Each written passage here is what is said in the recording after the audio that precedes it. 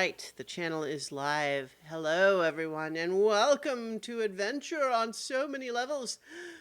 We're gonna play some Dungeons and Dragons. D&D. Lots and planning. I am Christiana Ellis, and I am the Dungeon Master. Our players tonight, Paul Fisher as Zinhorn Windborn, the Dragonborn Cleric. Good evening. Jenny Meltzer as Zaleen, the Dark Elf Cleric Warlock. Clairlock. Have you heard about the Mistress of the Dark? I almost said Warwick, but I think Clairlock is better. Mark Kilfoyle as Vertigo, the Gnome Wizard. I have so many questions about nomenclature right now. And Starla Hutchton as Carolina Swift, the Changeling Bard. Hello, friends. Chargeling.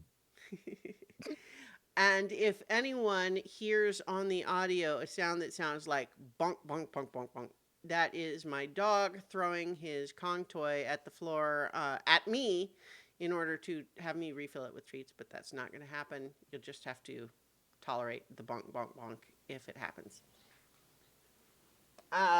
So, where were we?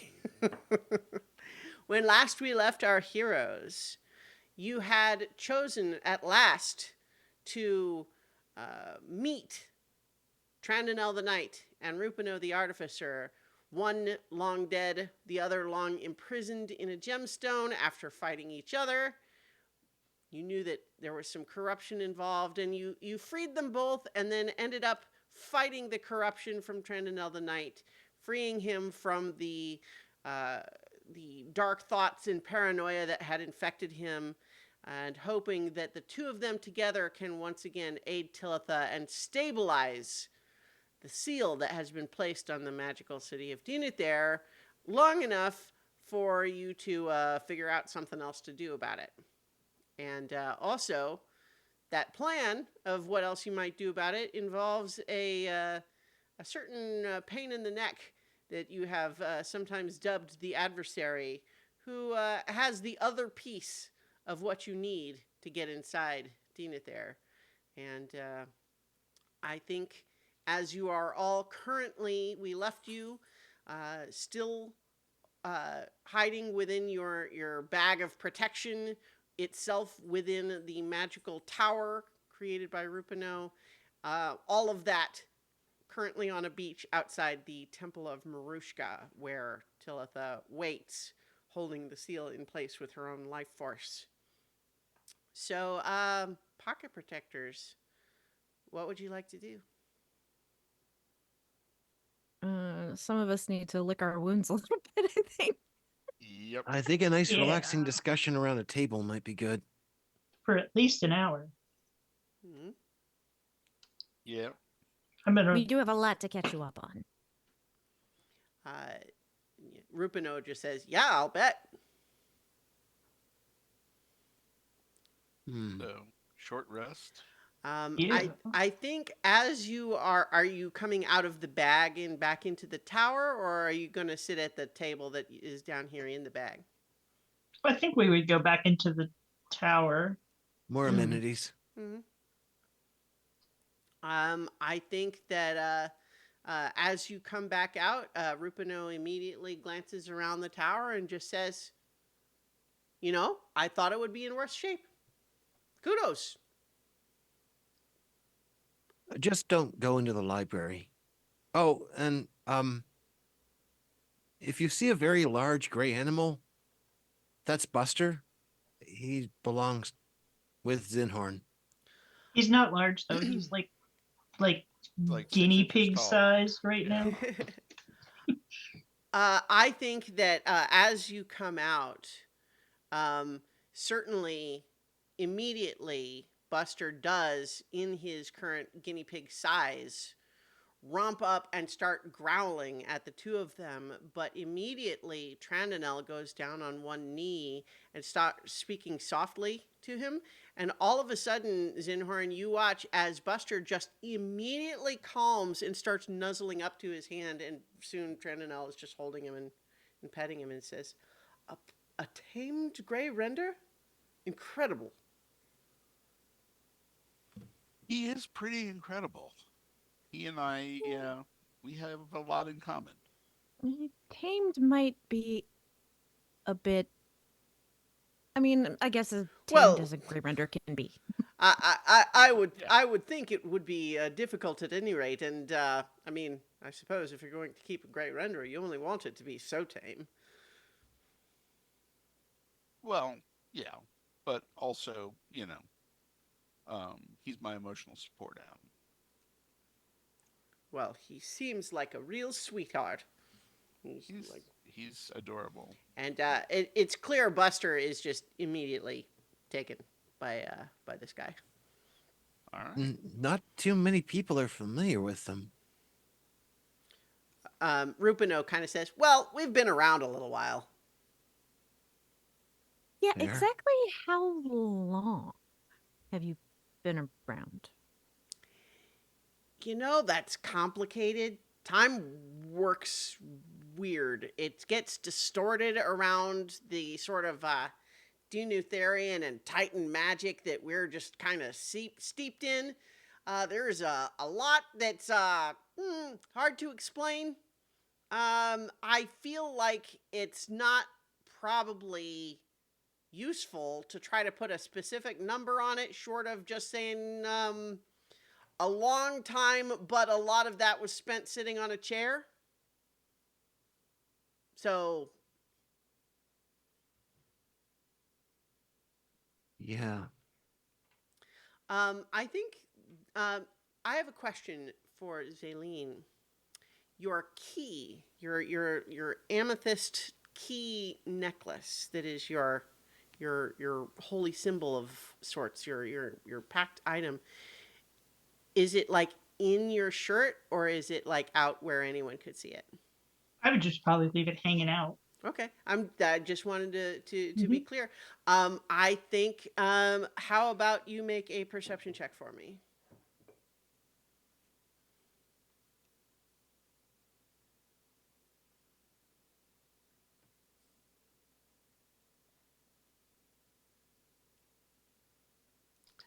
Oh my gosh! Did Natural you just? 20. Wow. Okay. So, Nice.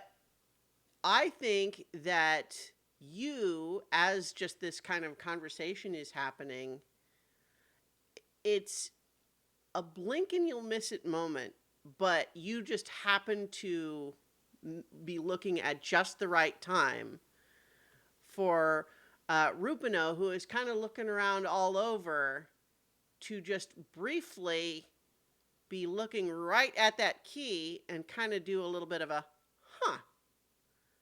And then because you catch him looking, there's a brief split second of eye contact where he kind of gives you a little and then he's looking away like nothing happened. And you like it would have, you even recognized there that happened so fast that it would have been trivially easy to not notice it had happened at all. He does not say anything about it other than the moment of he notices it, thinks something about it, and briefly acknowledges that you caught him looking. I will tuck that away for later. All right. I think as you are starting to kind of like get settled, and I don't know, are you like going up for like refreshments or anything like that? Yeah, I'd probably make tea or something. Vertigo, you receive a sending. It's rude to make an appointment and then keep them waiting. Tell me when you intend to meet with me, or I'll pursue alternate measures.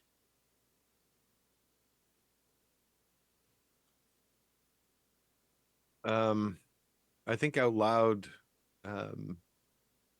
Vertigo would say to the others, the adversary is growing impatient. And the response to the message is, there were some unexpected complications, but we'll be ready in an hour or two.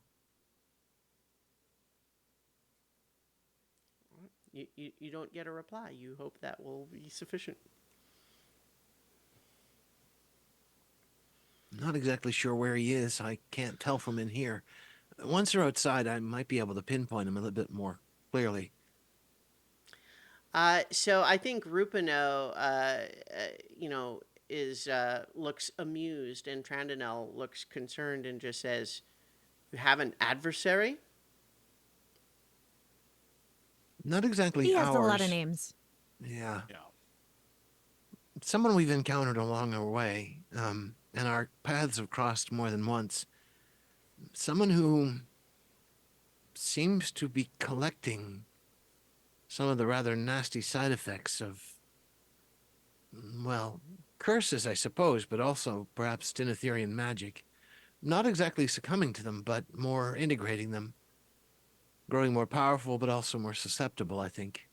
And they've acquired a portion of what we need to do the next thing we plan to do. Rupino So says, "What is that?" I wish I knew because I can't remember my notes too fast. It is Also, you're really super confused with your vertigo, so it's true. I feel kind of no. Do we need to back up and maybe start lead up to that, or are we just like diving in? Because it's Well, a lot, and maybe sometimes context is necessary to understand the next parts of the story. I don't know. you're the storyteller. I only know Well, facts and figures, but I can try to help at least. maybe you should let Carolina tell the story, and like if she needs backup, you could fill in some details that she's not sure of. so out of character, I just want to remind everyone that for recapping things, I may not be the the best person for that job Well, because it will grow and grow and grow. here is something that I will offer, since of course this is essentially would be you telling a story of stuff that you know already. I think it doesn't hurt to have a little recap of this sort of thing periodically in the, on camera, so to speak. But if you would prefer to just say, "And then we told them about the plan," we can also do that. I'm offering that, but if you want to role play it out, also great. You tell me. So I think where I would probably start is like the very beginning.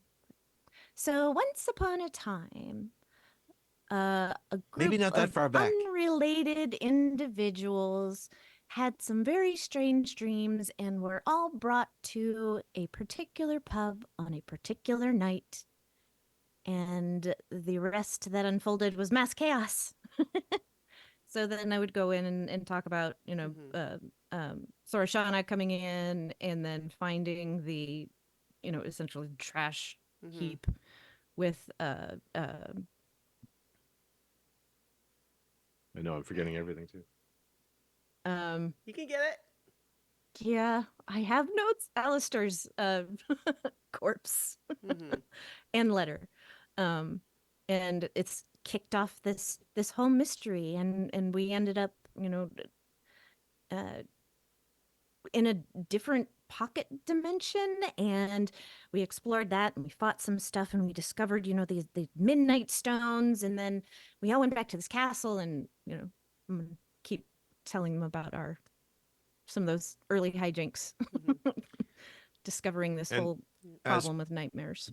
as promised, Vertigo will be chiming in, kind of looking through his notes and throwing in a fact or two, and maybe grimacing at some of the extraordinary claims that I suspect Lynn will throw in there.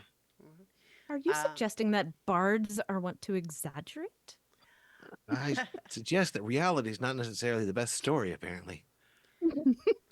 I think Trandonel seems, content to listen, and he seems to enjoy a well-told story, regardless of, its broader implications. Um, Rupino definitely starts taking notes, and he's writing a lot. Like at a rough guess, it looks to you like he is perhaps writing more words than you're even actually saying. So he has pulled out some kind of a notebook, and he's obviously listening, but just go on. So I think probably one of the next highlights I would hit would be mostly because I'm trying to remember what happened in between there, but the Reclaimers Academy Mm-hmm. would probably be the next thing that I would go into because that's where we met Zaylene. So yeah, then I would obviously include some detail about Talitha and probably start talking a little bit about what we uncovered about that connection and that relationship. Okay. Well, Tanglefoot would so have But been not in the wanting to story too skip at too that far point ahead. you too. didn't have anything for Talitha yet at Reclaimer's Mansion. That was Or yeah, all not Isilda. Talitha. Yeah. Sorry, Isilda. Yeah. Yeah. Sorry, I wasn't I looking know at my notes. we got a lot of notable NPCs at this point. I think briefly when you talk about the bit with Zaylene, I would assume you mention the Mistress of the Dark, right? I Well, mean, in in as that much as we context. know about it, Yeah. because all we witnessed was the individual from the Reclaimers Academy, praying, and then, she disappears, and we see this key, and then we went on to fight some more stuff. I think at that point there is going to be just a brief moment where Rupino will just say, "Mistress of the Dark," you say. What's her whole deal? And he's asking you, Zaylene. Well, death and how necessary it is in the cycle of life, you know. Really? And the Mhm. comfort of release, Yeah. the end of pain. Yeah, he knows a lot about it because he likes to murder. So he's been paying attention, like, when I give my sermons. He's a life cleric, though. And the key's her symbol? I guess. He starts It's writing my some more. connection to her. That is kind of weird now that you mention it. I noticed that you were eyeing the key a little bit earlier. Huh? What? You seem to recognize it or something. What do you know about it?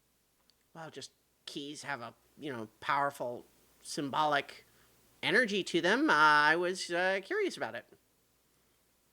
He goes back to writing. You can make an insight check if you like. I was thinking. Yeah.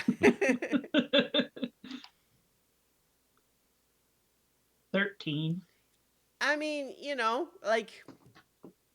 that's an answer. He's kind of a weird guy. You don't know, who knows what, if he tried to tell you more, it's hard to know if that would even mean anything to you. You know what I mean? Like he seems like the sort of person that has about 5 parallel thought threads going at any time, at any given moment. I'll circle Anyway, back sorry, to that sorry later. for interrupting. Go on with the story. No, it's okay. That was actually very fascinating. So what did we do next after the Reclaimers Academy?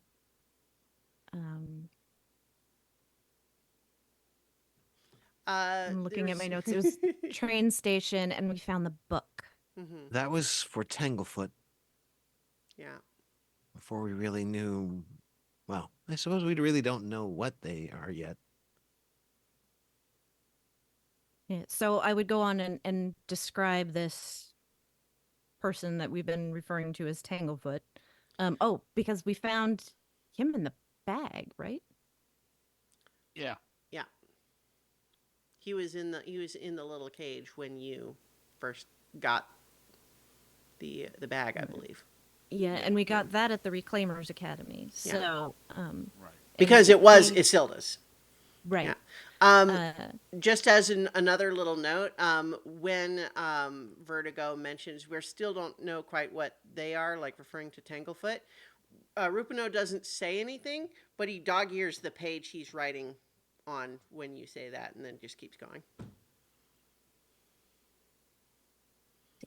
And it was after the other cage that had been occupied was a well, it was basically a skeleton was all that was really left. I don't remember us getting a ton of information from that person, Spy. just that they were a messenger or something. Yeah, Yeah. Diplomat, I think. Yeah, well, all of those things, but also certainly spy. I think that the what little you had was they were someone who basically was sent to collect information, ended up in the wrong place at the wrong time from Isilda's perspective, and she felt that she needed to take them off the board. You have the impression, I don't think you ever asked her about it, but it's quite possible that she had intended to eventually set them free, but was incapacitated herself before she could do so. I don't know if we've actually spoken with Isilda, have we? I did, Zaylee, sort of. or was it Carolina? Yeah, Carolina did in a trance through the Vidunme deck, because that's of course where Isilda is currently imprisoned. Hanging out. I was spying on them. That's Mhm. that's why you thought of me, because I was spying. Yeah, that she is the one that proposed the idea of getting the diamond and the amulet in order to make the tunnel through the seal. That was her plan. Ah, right, right. But before that, after talking to Tanglefoot, air quotes, that's when we ended up going to the train station, or rather underneath the train station, and getting where he'd buried that box that had like the book in it. And it was that book that really seemed to it was like the first pebble that started the avalanche. Um yeah, there was something that just kind of some sort of energy that like washed out from it as we opened the book, and we, that's where we heard the initial children's story version of Dinethir and what had happened there. Um, the I think when you mentioned that book, hold on just a second.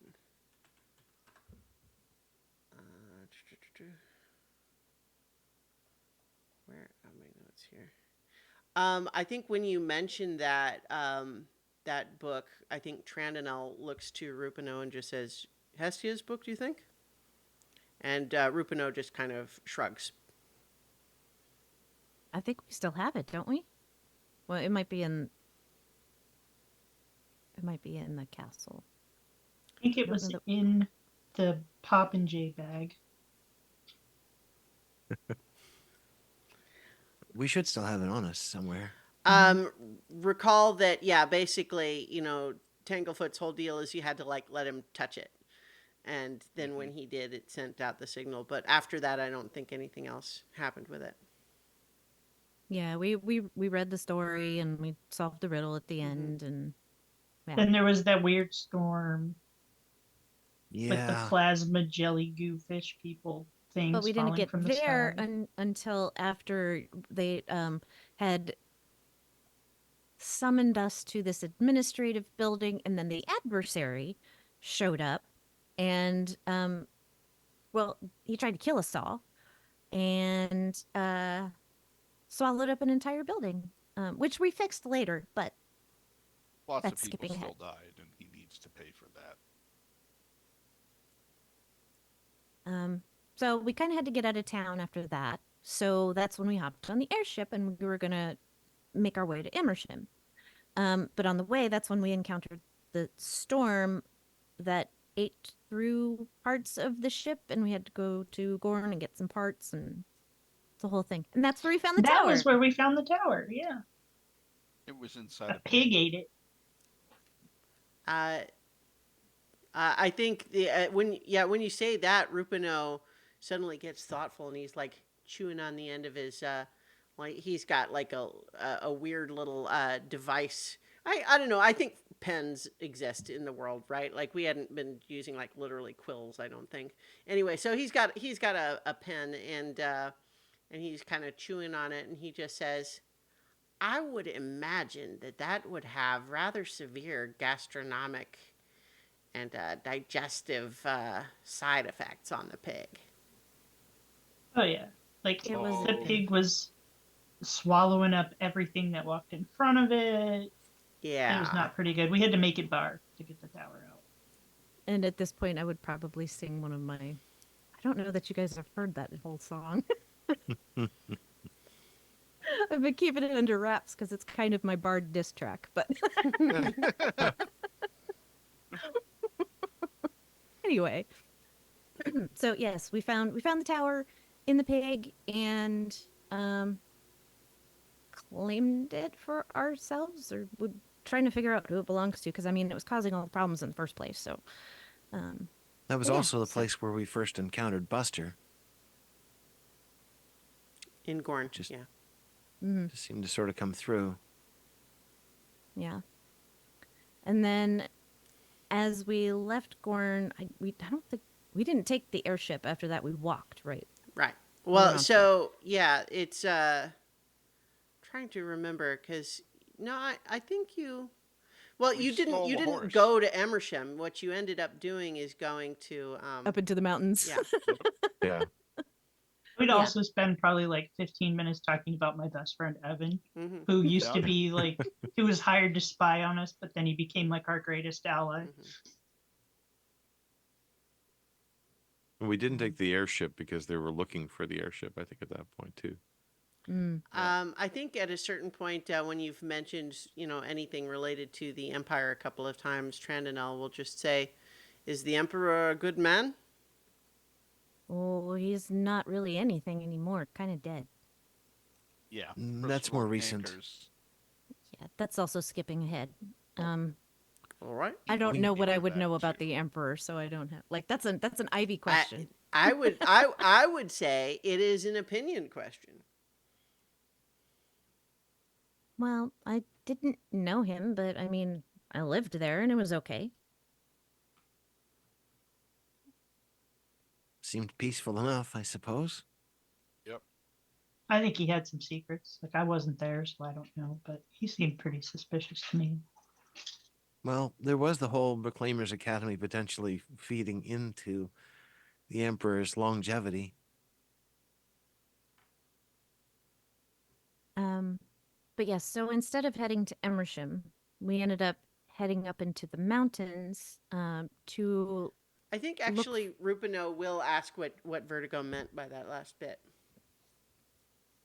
How do you mean the longevity part? Well, the Emperor was known to live a very long time. And the idea is that the Emperor probably had access to a particular amulet.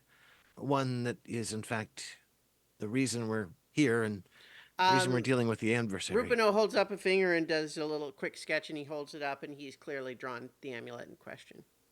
That would be the one. And he just kind of goes, ooh, keeps writing, just does a little, grimace. When we were at the temple before, there was a number of Mhm. displays where artifacts had Yeah. been but had been taken, and that was one of them, I think. Yes, in Yeah. fact, you had been told that previously that Isilda knew that the amulet you needed had once been at the temple, but had been taken out.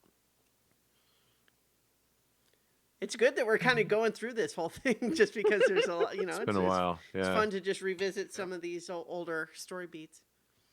well, the next part Rubino might not find as entertaining because that was when we went to the observatory and didn't end well for the observatory. I feel like you're baiting me to ask for more information there. Well, and I intend to give it to you. So, and then I would explain, going to the observatory, probably why we were going there, because that's where Sequential's Creator. creator that's where he last knew of him being. So yeah, we went there and we fought that big, was it a rock? A giant bird? Do you tell I think they don't necessarily know to ask, but do you mention that Sequential is is a Warforged construct person? I think you just say it like his creator is there, and they don't necessarily follow up on that. Right. I'm trying to walk through that whole thing. So we went in, we kind of looked around, we found a journal. There were a lot of And books, then actually. we we got down to a level where like this magical goo was leaking out, and then we went down further, and there was a giant portal and a djinn that was standing in our way, and it was kind of a But jerk, but before that happened, though, the so-called adversary showed up, and he oh, had a bunch of like the artifacts and stuff, and was severely cursed. And we tried to chase him down and catch him, but he stole an artifact that we had found. And seemed that to dominate crown. sequential as well. Mhm. Yeah. I'll remind you also that you had learned that that deep jade circlet was one of the other artifacts taken from the Temple of Hmm. Marushka. The ones specifically that were on displays in the part where all of the information is the here, okay, we'll level with you. All this stuff is extremely cursed and dangerous. That's where those things were. Yeah. So yeah, would describe the jade circlet, and it's like, and then And he yeah, stole so it. so the implication now that this same entity has both the circlet and the amulet, Trandonel and Rupino do just kind of exchange a brief look, but then they just it's like, oh. Yeah, it's not good. Not gonna lie to you. Kind of wish it hadn't happened, but Well, is I what mean, it to is. be clear, I'm kind of my initial immediate thought is that it's not good for him, but I mean, obviously these things are Oh yeah, it complicated. it totally wasn't good for him. Like he was distorted. Like I swear, I think like one of his legs was longer than the other. He was insane. And I think he still is insane. He also murdered one of our friends. Well, I guess he's not dead, but he could be, I and Or it's it, his fault. entrapped someone and then they were replaced by someone else who was entrapped. But I call that murder.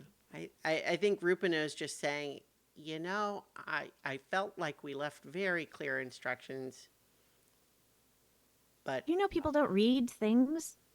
that's not entirely always true. But things were a lot more obscure than you might have realized when you left instructions. And most of those instructions have been lost or removed, actually. Oh, and the so observatory is non-functional anymore. We thought it was too dangerous to allow it a weapon to be activated. yeah, there's definitely Rupino is looking a little bit sheepish there, and Trananel is looking a little bit like guilty. Like this was obviously like one of the biggest points of contention between the two of them. So they don't further comment. Because Rupino, I think at this point is, you know, he has already made his defense that the weapon part was just a backup. He's like, well, I guess that's off the table, but you know, if you felt you did what you had to do in the circumstance, although that's a lot of work to start back up if we need it, but okay. Yeah, but like Death you rays are weren't bad, there. okay? Hmm. We don't That do death rays. that part about the instructions being both obscure and missing is important. Mhm. Anyone who come along would simply see it as a weapon, I think, except for us. We saw the potential, but also saw the danger. Well, that part was never the part that was supposed to be like left for people. That was the part where I was like actually working um, until I had a disagreement with my colleague here. Well, maybe let's come back to that particular disagreement, and we can move on to the plane of fire, the elemental plane of fire. That was a lot of fun, let me tell you. Yeah, and by that point, like we had Trendinel, and we're carrying around his dead body, and keeping it fresh. I guess technically we had both of them at that point. Yeah, that's true. I mean, I took the diamond probably when we got there, and just kind of stole it away from Zinhorn because it was very pretty and I liked it. I let you have it. No, you didn't. You kept asking back. You kept saying, "Give it back to me," and I said no. I didn't force the issue. I know. So, elemental plane of fire. Mhm. With another one of And- Tanglefoot's people corrupting a dragon. Mm-hmm. And we fixed the dragon the way we fixed you, looking at Trandano. It Um, was And then equally I think challenging. Rupino says, "With my pipe, you're welcome." Proved very useful.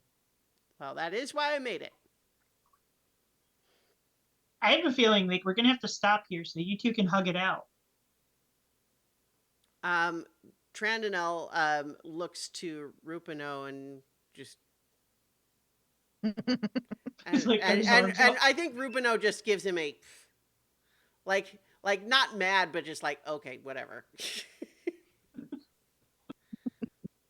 Um, yes. So after the dragon, we started heading for the was it City of Brass, is that right? Mhm. Yeah. Yep. But you never Um, really We yeah, never we got didn't get meaningfully got there because we encountered a Music. thing Eternal called Waltz? the Eternal Waltz. Yep. And this might be of particular interest to you because you see, this is a place where people go.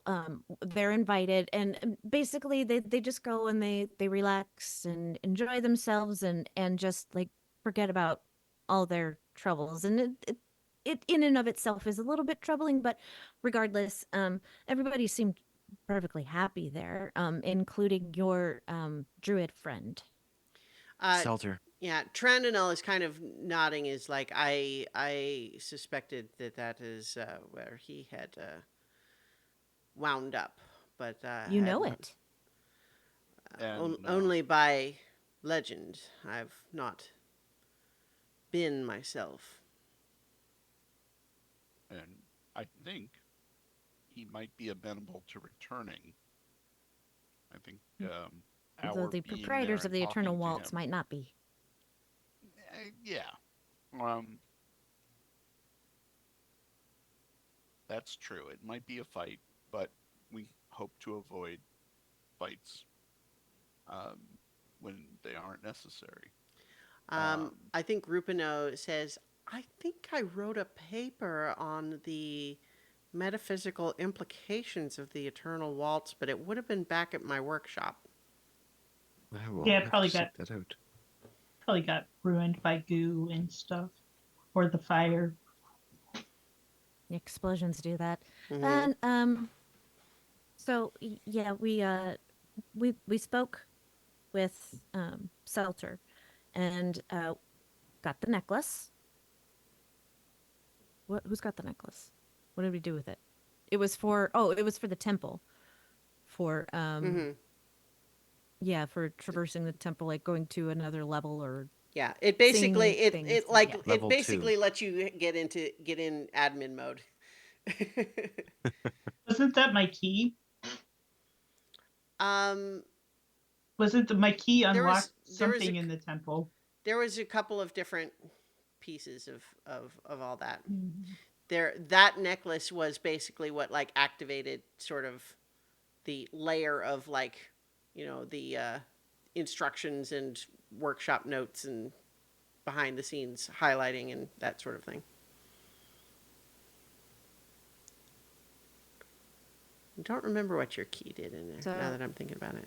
But I don't remember because I wasn't there. I actually gave it to you gave Lynn it to me. to use because I was working with Marushka. Yeah, I believe it removed the illusion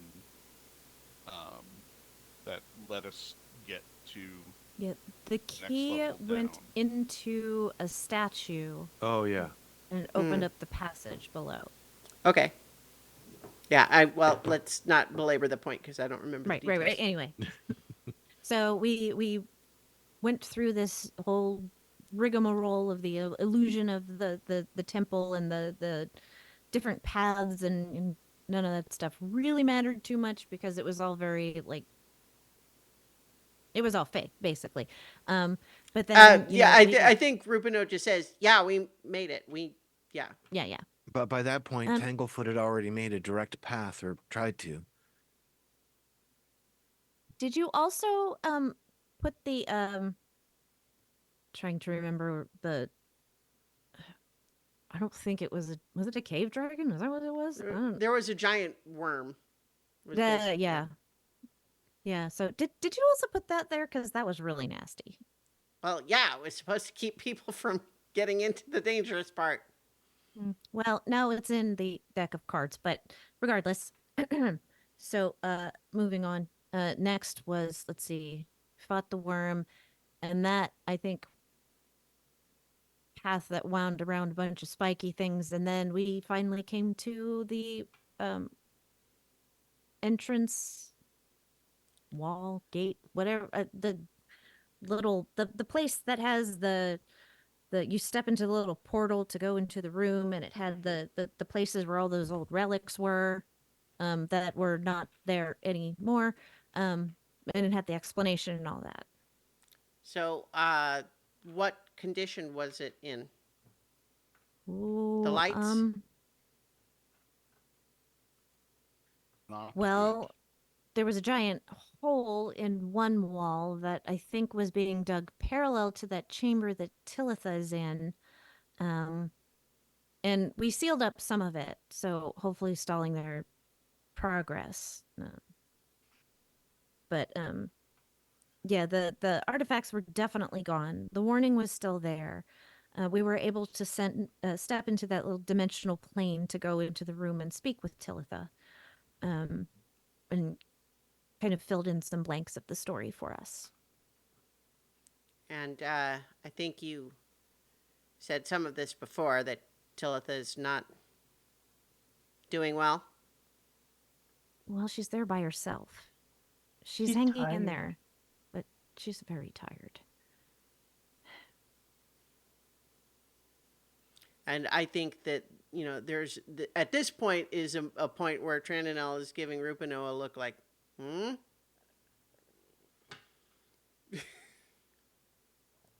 We can't force you guys to do anything. Well, then, regardless, while it was a very effective stopgap, it was not a solution. Mm.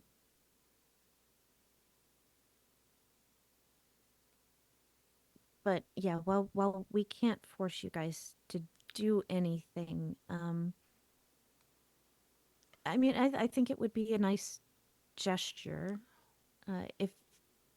if you went back and rejoined her.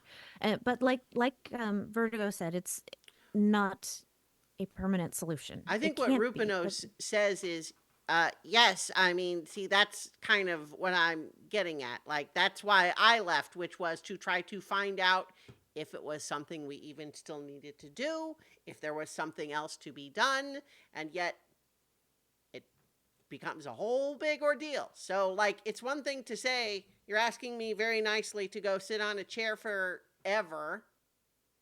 no, I would Well, never ever do that. then I'm waiting for the part where there is something else to this plan. Well, but that's where we're about there. Okay.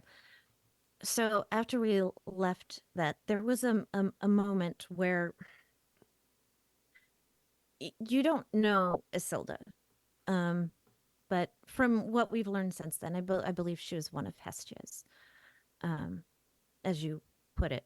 And she spoke with me a little bit. Like I found out that uh, there's a lot of stuff. Like I always wondered why I was the way I was, and I mean, she told me, or she showed me anyway, um, that somebody else didn't want this, and did a sort of magical ritual where it passed on all of those things to me when I was born. So I've not never known anything different. And I don't have any ill will against this person, because I don't think I can understand how not everyone would be happy living this way. And that's okay. So the person that would be happy with it and could handle it got it. I think, I hope anyway. But she also told us, or told me, about this idea that they had, and she showed me kind of how it would work, to sort of build a small tunnel in that, a temporary bubble in that, a temporary tunnel in the bubble that you put around Dinuther. It involves, Yeah, as soon as you say that, Rupino just immediately looks up and says, "You'd need a diamond of infinite facets for that." Check. Yep, yeah, we hadn't got it. got there yet, but we got that. Scribble, scribble, scribble. And then also, I'm trying to remember if the immovable rods were part of that original idea, or we just decided that was something that we needed What you because, knew you were ocean. gonna need is because the only place you could make the tunnel is in the middle of the ocean. You're gonna need something to create Need a a stable platform. platform for it. And so you Right. decided that immovable rods would do it. That was never a requirement beyond the need for a stable platform. So that was always just going to be how you planned to do it. Right.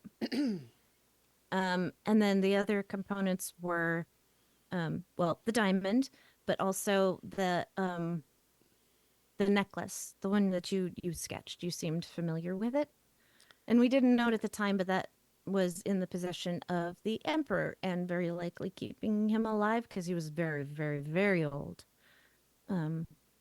As we understand it, it's what it slows down the rate of decay or something like that.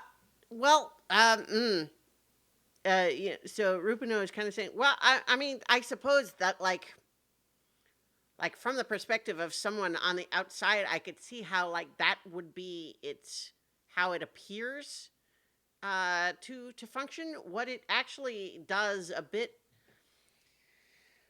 it's almost like giving yourself like a reset. So when you attune to it, it sort of recognizes you in that state. So if you're feeling healthy, if you're feeling, full of energy, it sort of preserves that. And later, when you're tired, you can activate it and it restores you to the energy level that you were before when you first attuned to it.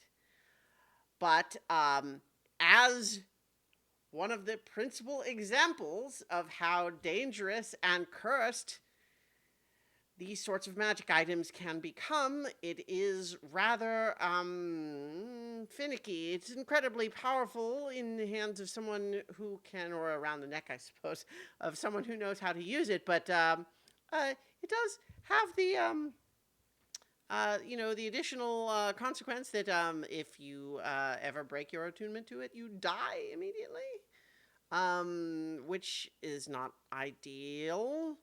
Also, you can no longer be healed by standard healing magic. Its ability to restore your energy is the only way that you can.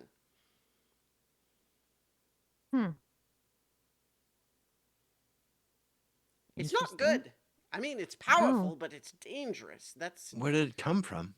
Well, I mean, it came from Dinuther. I mean, it was intended to be an illustration of how the powerful magics created by the Dinutherian magic, without the follow-up of paying the cost, they become twisted and corrupted and dangerous. I mean, the whole point was to demonstrate that you shouldn't do it that way. I mean, That would I mean, no explain why. disrespect, but have you ever met a person before? Because it's not, I mean, it's 100% within the realm of possibility that if a person sees a shiny magical object, they will just take the thing and worry about the rest later. I don't think it's a very smart way to live one's life, but He I do he it all kind the of time. absorbs that and blinks a little bit, and then he kind of just says, Well, the next time you need to protect the world from an entire city of incredibly powerful sorcerers, you can decide how to do it. In fact, that sounds like what you're about to propose. So let's see if I can find any nitpicks in your plan. Man, I'm just here trying to relate the story so Well, far. but you're Whatever. also judging our implementation of it. So Well, what look, do I'm you not trying expect to when be we have too to deal with picky the about it. fallout? Anyway, okay, moving on. Does I'll be right I honestly I do not remember if there was. I feel like there was another thing required for this Well, putting you this needed, tunnel in the bubble, but I don't yeah, you remember what it needed the was. diamond, and so you haven't really related Right. going to the Feywild for that. But you know, so Right. But yeah, I feel like there was a third thing that we also well, needed. it It was was the the diamond diamond, and the the amulet, and the necklace. stable platform. That was it. Oh, okay. Yeah. All right, that was it. Okay. Yeah. All right. So, after the temple, I feel like oh, after the temple, we went back to Pashan, and I think that was where we went to that building that had been swallowed up. But oh, wait, no, we went. Yeah, some things are getting out of order at this point, but Yeah, it's like I'm it's having trouble tracking no, because we've you been don't in you Emerald don't need to Arborist. relate the events of and every yeah. single session, but I think that Right. one of the main pieces that you would probably want to address is the like Marushka as this spirit had become increasingly troubled and kind of deranged as a result of all of this, and you kind of helped stabilize her somewhat. Um, so that's probably relevant that, because they definitely both, look regretful because it was just, that, severing a huge part of Marushka's domain was not ever something that they wanted to do. They just didn't know how else to seal the city away without doing that. And so they did their best to try to keep Marushka satisfied as only an ocean spirit, and it was, an imperfect solution like so many other You took her pieces. baby. Sorry. Sometimes I still cry when I think of her sadness. Yeah, we returned to that administrative building and got rid of the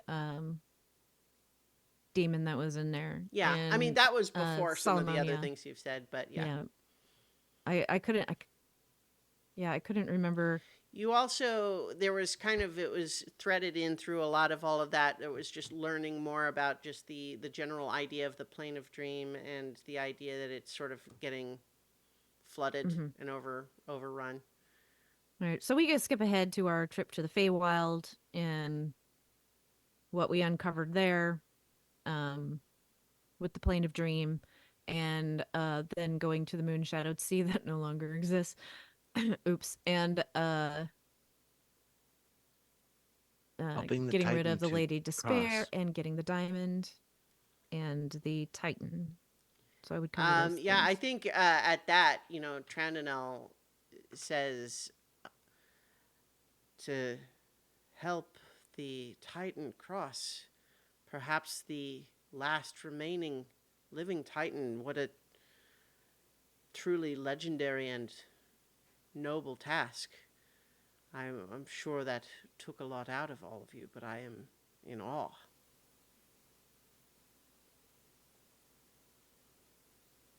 No words. Was it the Mistress of the Dark that helped guide you to that path?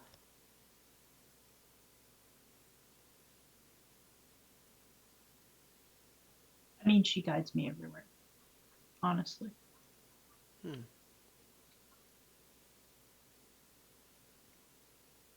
But there were a lot of other circumstances too. A lot of forces aligned to put us on the right path. Just the thought of leaving a creature just enveloped in sadness and crying for all of eternity. Freedom. I can't imagine being in a persistent state of grief for time that doesn't end. I think Trandonel, I think he gets kind of a far away look there. And anyone can make an insight check if you like. I do it. Sure. Anybody can do it. I know these things too. I just like to roll Good dice. at those. Sure. 26. Ooh, 26 and a 20. I think both of you realize that you are describing the tragedy of leaving something in a state of grief for eternity, and you were describing that to people who had to seal away their home in a magic bubble to protect the rest of the world from it, and the cost was them having to use their life force to keep the seal up forever.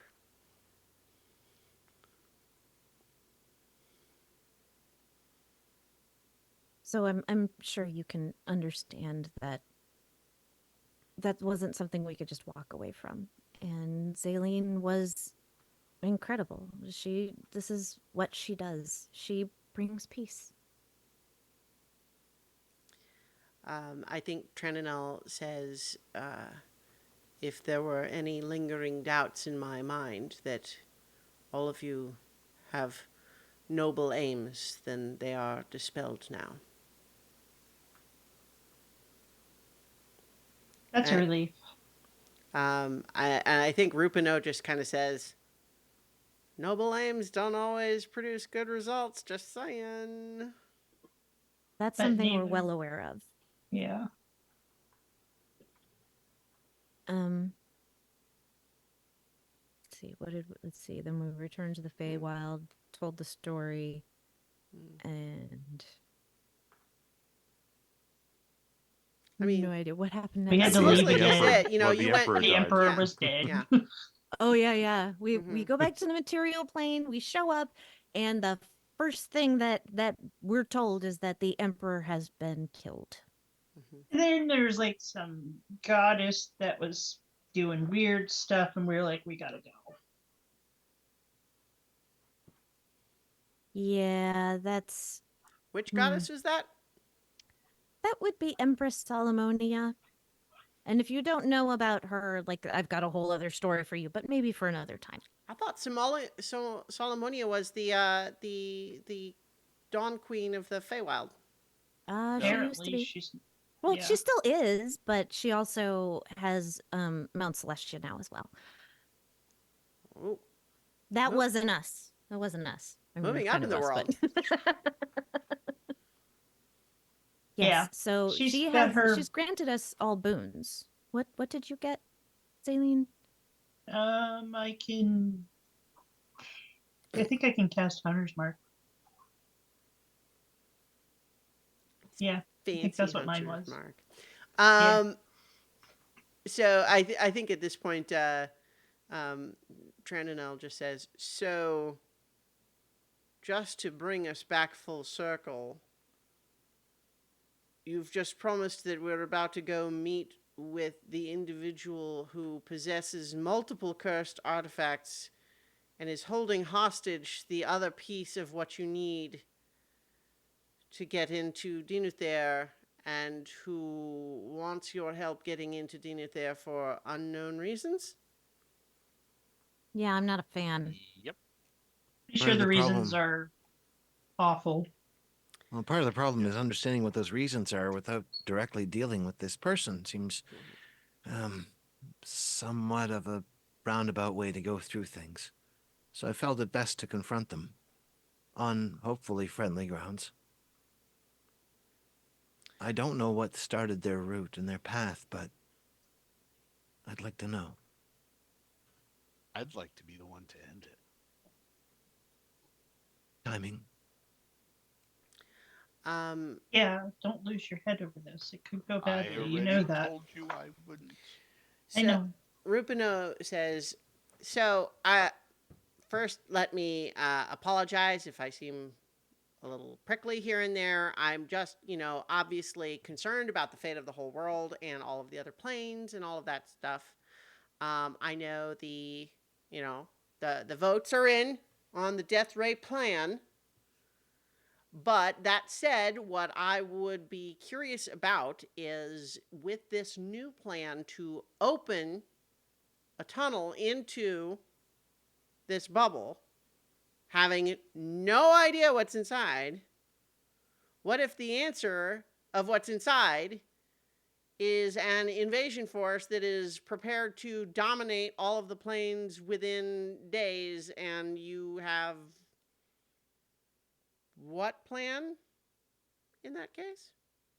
It's an interesting scenario you paint. It's one of billions of possibilities, though. Well, see, I'm just thinking if that were to happen and you're dealing with all the planes in the entire cosmos at risk, maybe you'd want a death ray in your back pocket. That's all I was ever thinking. I understand your point, although the cost is still too high. Well, okay, but yeah, so I'm thinking you're willing to risk the fate of every soul in the universe so that you don't lose, what, a few million? I mean, I'm not saying it's fun to lose a few million. I'm just saying that you lose a chunk of the material plane in exchange for everything else. Maybe. Yeah, but how can you even be Presume certain that it would only be a chunk of the material plane? What would happen if a chunk of the material plane was just gone? That would be like if a moon got chopped in half. It would have serious repercussions. We are talking about the machine that I invented. I know how it works. I know, and I think you're super smart. I really do. You have made some really like I amazing said, stuff. votes are in on the death ray. Nobody likes it. I'm asking, what's your alternative plan? I had really hoped that you knew more about this, but it seems you're just as in the dark about many of these things as we are, The which is why unfortunate, we're trying to find out more information to actually make better decisions. which is why the first thing I built was an observatory to look inside. The death ray was only if what was inside was that bad. You should have looked first. And yeah, what if I look and it turns out, oh no, they're coming right now? Then you know what to do next. Well, But it you would have been too decided the late by end. then. But you decided the end before you even looked. That is no process of understanding. That is a process of fear. It sounds to me like you all have no process at all. You make no backups or contingencies whatsoever. You just walk into dangerous situations with no idea what you're going to do there. Yep, that's just Sometimes. kind of Not what we do. always. Sometimes it's difficult to be cautious. I tried, but as you said, time is difficult. If you take too much time to prepare, then you risk losing before you begin. You seem to take the ready, ready, ready, ready, ready, ready, ready, ready, aim, shoot, or way of doing things, where we do the ready, shoot, aim. That's not really any better. I don't like this. Maybe we should just talk about solutions instead of rehashing mistakes. I am happy to do that. I am asking what the solution is. Well, so I have a question first. And I don't really know that we asked, but I mean, we could ask now. So, according to the book, Talitha went and sought out a solution for the nightmares. Mhm. That's the very broad brushstrokes, right? But I'm not entirely sure, like, what was she? I don't even really know what to ask, but I feel like that's where the answer is. In You're talking in about the this, pillar. yes, the pillar. Well, because we've not seen it. We don't know even really what the effects are. Like I know it's like weird magical things, um, but so not having been there and seen it. well, Rubino says, well, maybe you could ask the people who have, like Well, that's me. why we woke you up. Yes, okay. So let me explain briefly then that the current situation is what happened when we went to the pillar the last time. So it's not obvious to me that going to the pillar is by itself a solution to that. And then Trandonel looks at Rupino and says, the problem is that the pillar does not give us what we say we want, or even what we think we want. It delves deeper somehow and pulls its effect from some underlying part of the consciousness below that of which we are aware. And so it is impossible for one to choose the outcome that you get. But perhaps individuals such as these, that once set a Titan free themselves, might they not achieve a better result than one who had been dissatisfied and had received an imperfect solution from the pillar before? And Rupino says, well, I mean, I guess that's possible, but it's kind of like speculating that an infinity of other things could happen. I mean, like, what if we, where it sounds like the plan so far is risking that we let this adversary fellow go up and do the pillar. So, I mean, Oh no, I do not think that's a good idea. well, I'm not proposing it. I'm saying it sounds like it's all of you that are planning to use this guy to get in there. So,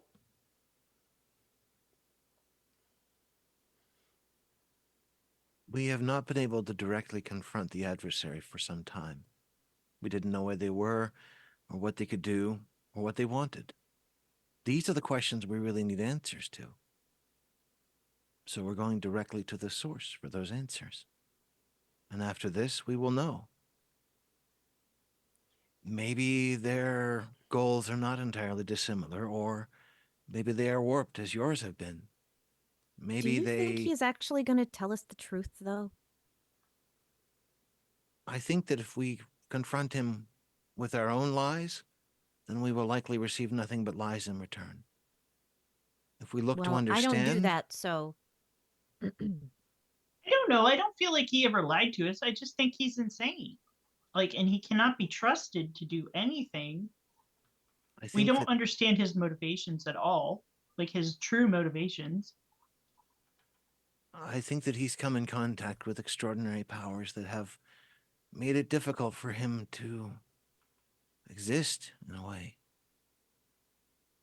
But I'd rather talk to him about this, confront him about this. Nedry, I don't disagree with you. I think that all of that stuff is important. But I don't know how much we can trust the information that we get from him, is the thing. And I'm not willing to bet my life or all of your lives on that.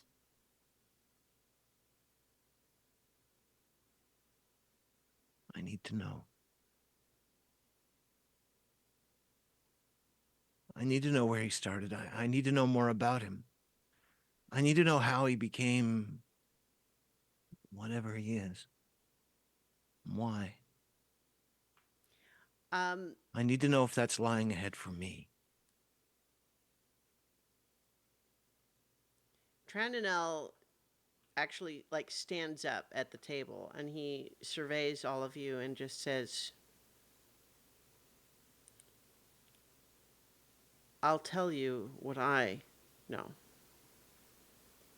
And I know this, having listened to your story, having benefited personally from the goodness that all of you carry with you. I trust in all of you.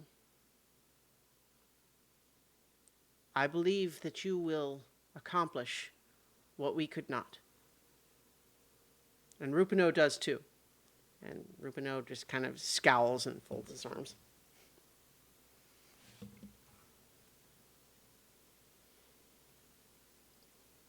But couldn't we work together?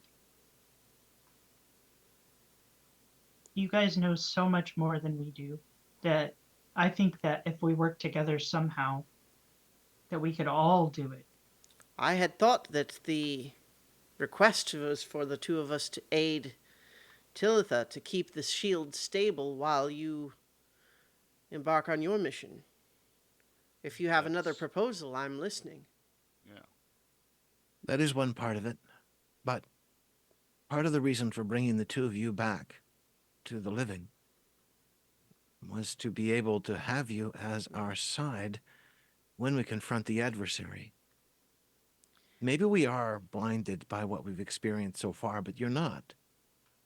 Maybe we have a certain amount of power, but so do you. And the adversary, I don't think, has any idea that either of you exist right now. Well, I think it's probably safe to say they know of these people. Probably haven't met, but just But he based doesn't on know that we everything. resurrected them. I think Trendanil says, I think, alas, unfortunately, the two of us are still too weak to be of much martial use, at least for the moment. But information is power, and you hold a lot of it. Whether you're willing to give much of it or not, I don't know, but Rupino you'll just recognize says, things that I you do keep not. giving you all the information I have and you don't like it.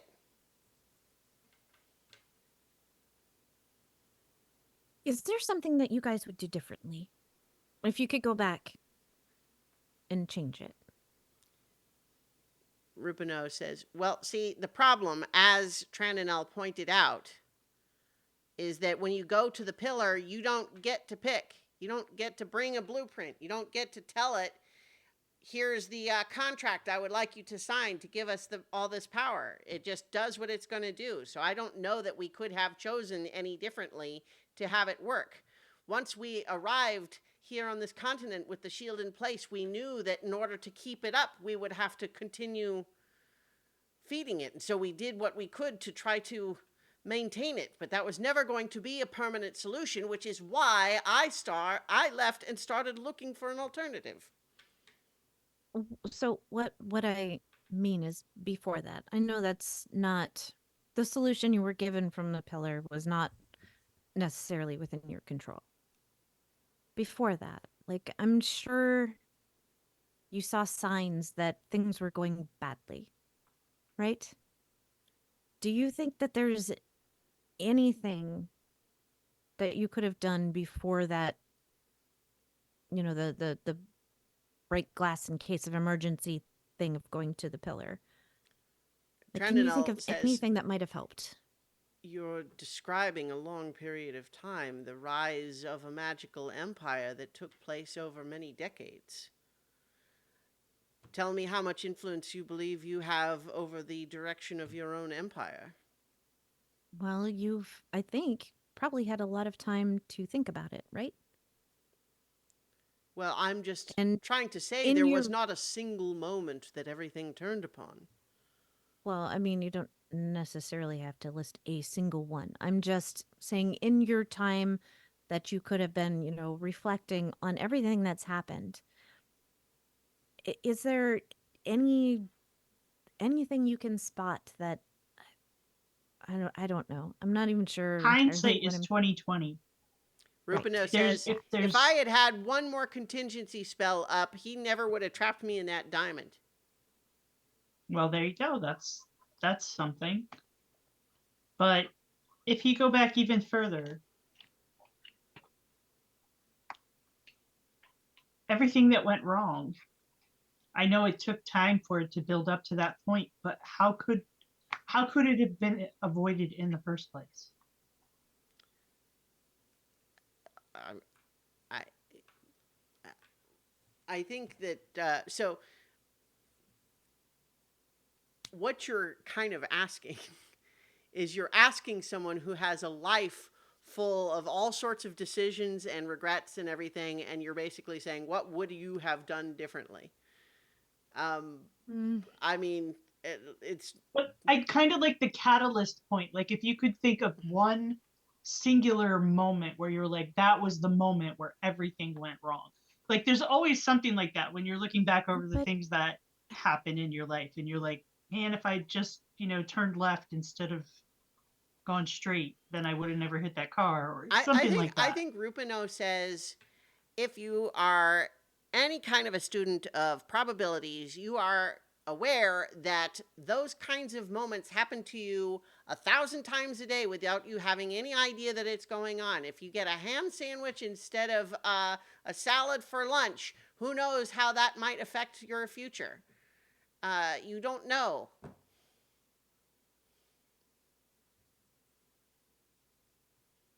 And then I think Trenanol says, I did actually have a backup for if you didn't get stuck in the diamond, but just it's not really important right now. But I guess what The do you diamond. think do you think there's anything worth saving? There has to be people there that are good people. They can't all be, corrupted by I mean, motives and stuff, right? Trenanol just says, I wish I knew. There may well be. Like I said, it was never our conscious decision to just seal the entire island away. There were many people there that were on our side fighting with us, that are allies in this, that we did not realize we would be sealing away forever with the others. It was not our design. But at the same time, once the seal was in place, we did not know how to release them without releasing everything. Rupino, you were already ahead of us as we described what Izeld told us. The idea of a narrow corridor. You knew of this idea? You knew of this plan? Or this Well, I device? mean, not specifically, but I certainly, in the years that I spent building an enormous observatory designed to peer through the bubble, I did a fair amount of studying as far as what the bubble actually consists of magically. And so I had an understanding of its properties. And therefore, when you are proposing something of that nature, I speculated on how it might be done, but I had initially thought that would be very difficult because there are not a whole lot of diamonds with infinite facets in the multiverse. Given that those two things are available, if the other thing, the amulet, is acquired, you would be able to construct or make proper that device then. Oh, well, certainly it wouldn't actually be tremendously difficult. Good. I Then could, you are of some use. This is excellent. You were well, concerned about not being of martial use, but as I said, your mind is much more important. I am happy that I could solve that problem. However, as I will reiterate, once you open a Now, tunnel, there's going to be a way for things to get out also. So, how would you prevent that? What cautions would you put in place? Can we have a magical barrier? Something either impermeable or reinforceable. You've built one in a way with the dome itself, but something on a smaller scale that would work on this tunnel. You're up to this task, I know. I can see the intellect in your eyes. I mean, Death Ray. But, I mean, such a device, the very nature of it is difficult to modify without disrupting the whole harmonic frequencies that makes it work. However,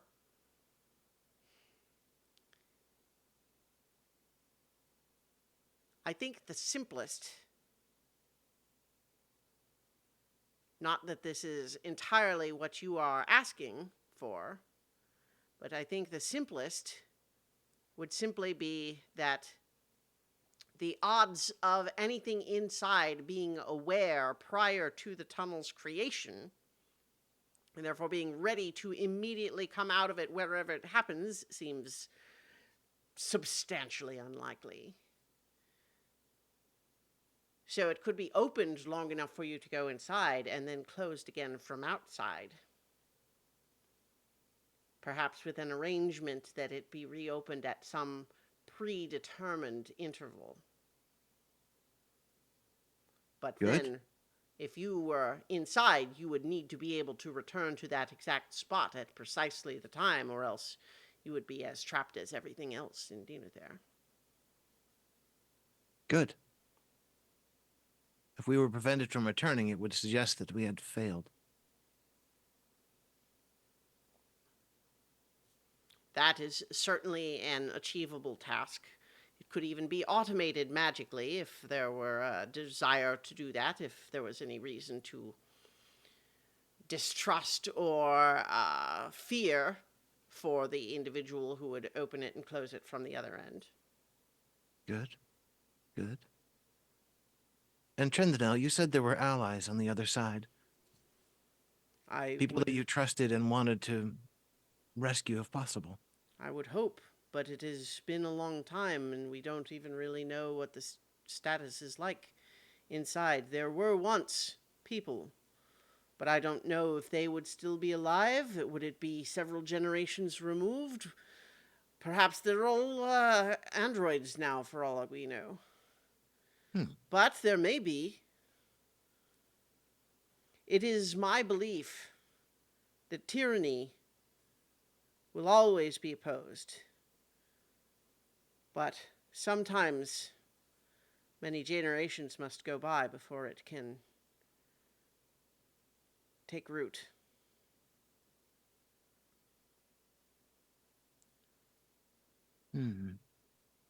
Tell me about the diamond.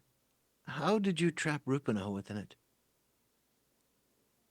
Well, I mean, it's a relatively straightforward spell, although high level. You know this spell. I had it created. It was at great cost. I cannot simply cast it.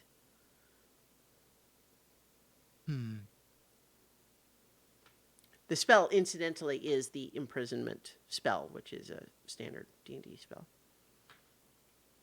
I'm not familiar with that one. I haven't reached that level of I think research it's yet. 8th level. Might even be 9th level, actually. Pity.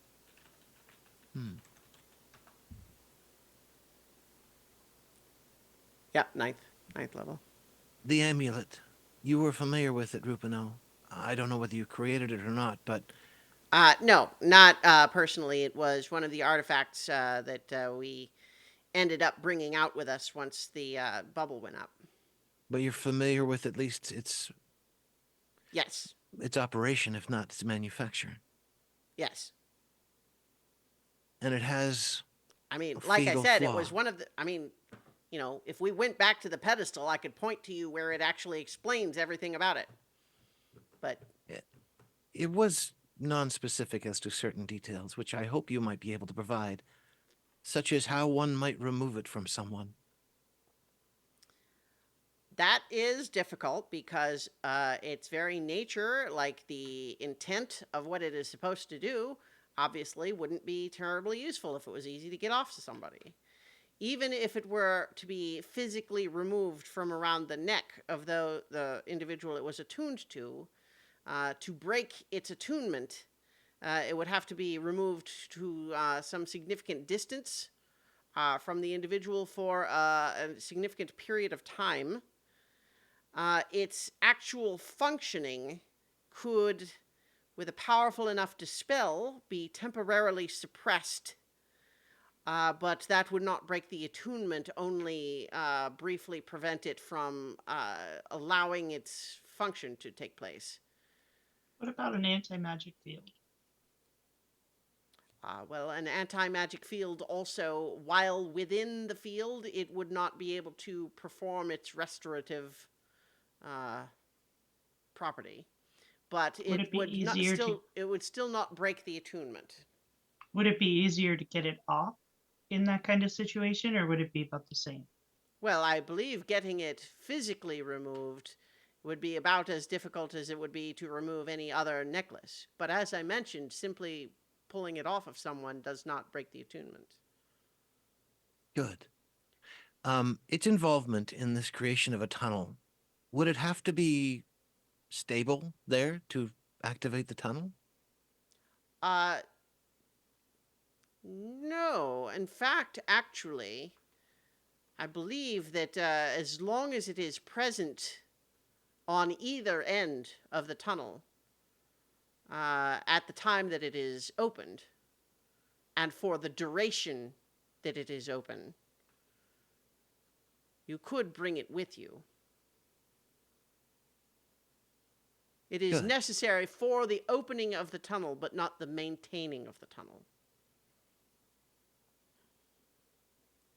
I was once posed an impossible task by Master Finster. He told me it was impossible. And then I worked at it.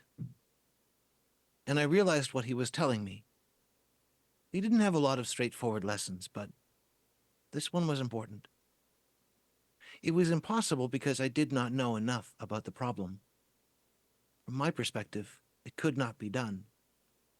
But as I unwove some of the spells around what he was describing and read several books, the answer was obvious. This is an impossible task because we did not know enough, but we are starting to learn.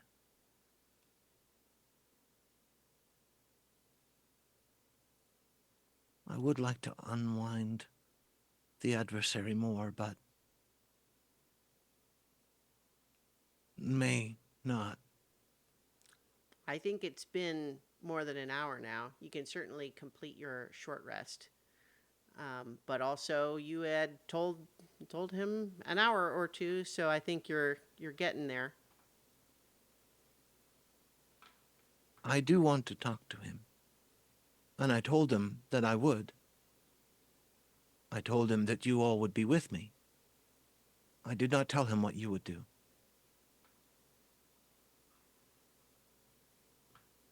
Rupino says, it would seem to me that someone that has managed to do everything that you have just described is probably not going to be easy to surprise.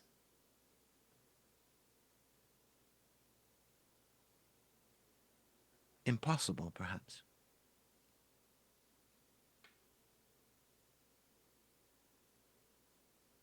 But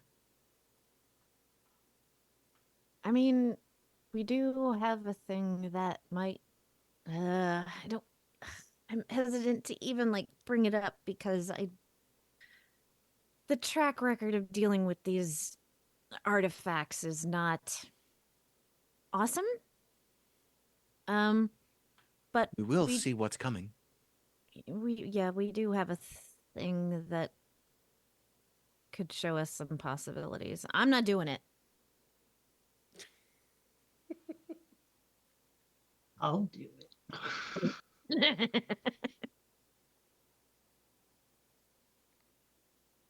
But then I'd have to unattune from something. I'll have to look and see what I can unattune from, but I will do it. I don't think I've played with enough creepy stuff so far. Rupino, just based on a couple of the things that have been mentioned so far, like the imprisonment spell, be aware that if he is wearing the amulet and you imprison him, the amulet will be imprisoned with him. It's not just going to fall down at his feet where he was standing or something. Of course, that was merely a stalling solution. You should be familiar with those. He kind of narrows his eyes at you like, are you making fun of me?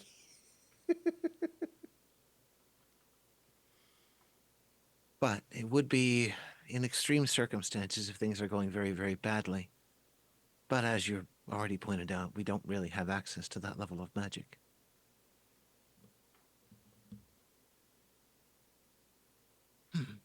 Well, I think Trandonell says, I think that you have made a commitment to this individual. I'm prepared to stand at your side.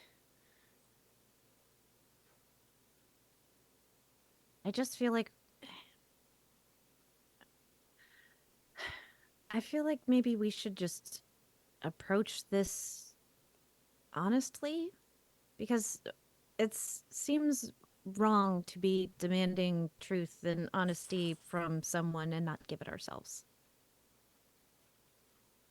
And we don't know exactly what he wants, really.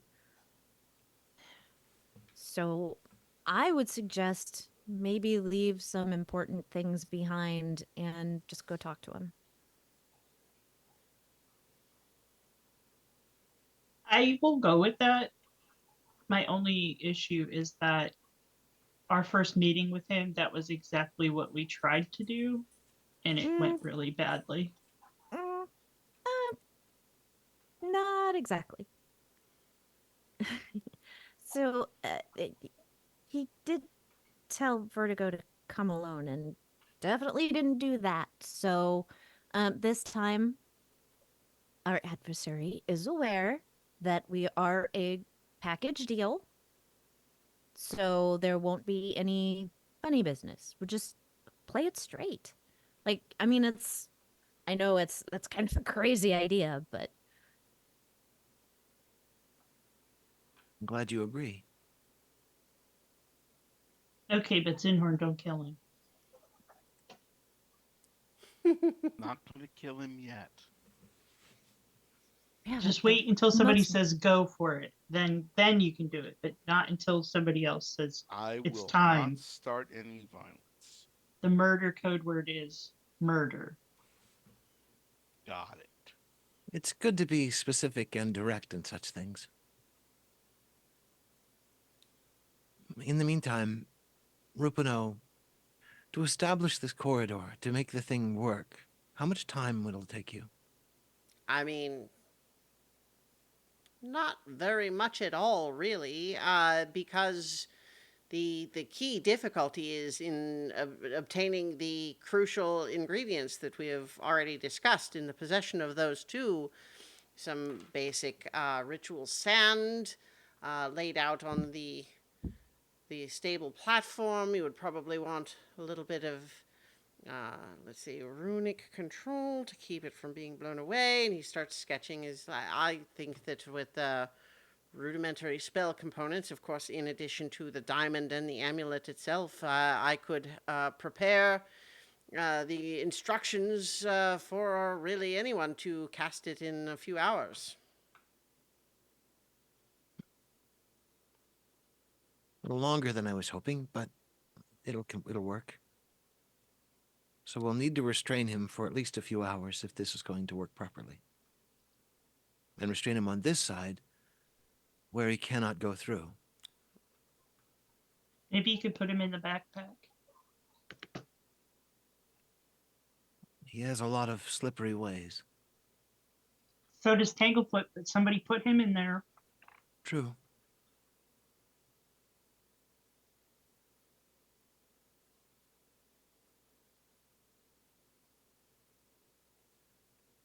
Anything else anyone would like to add?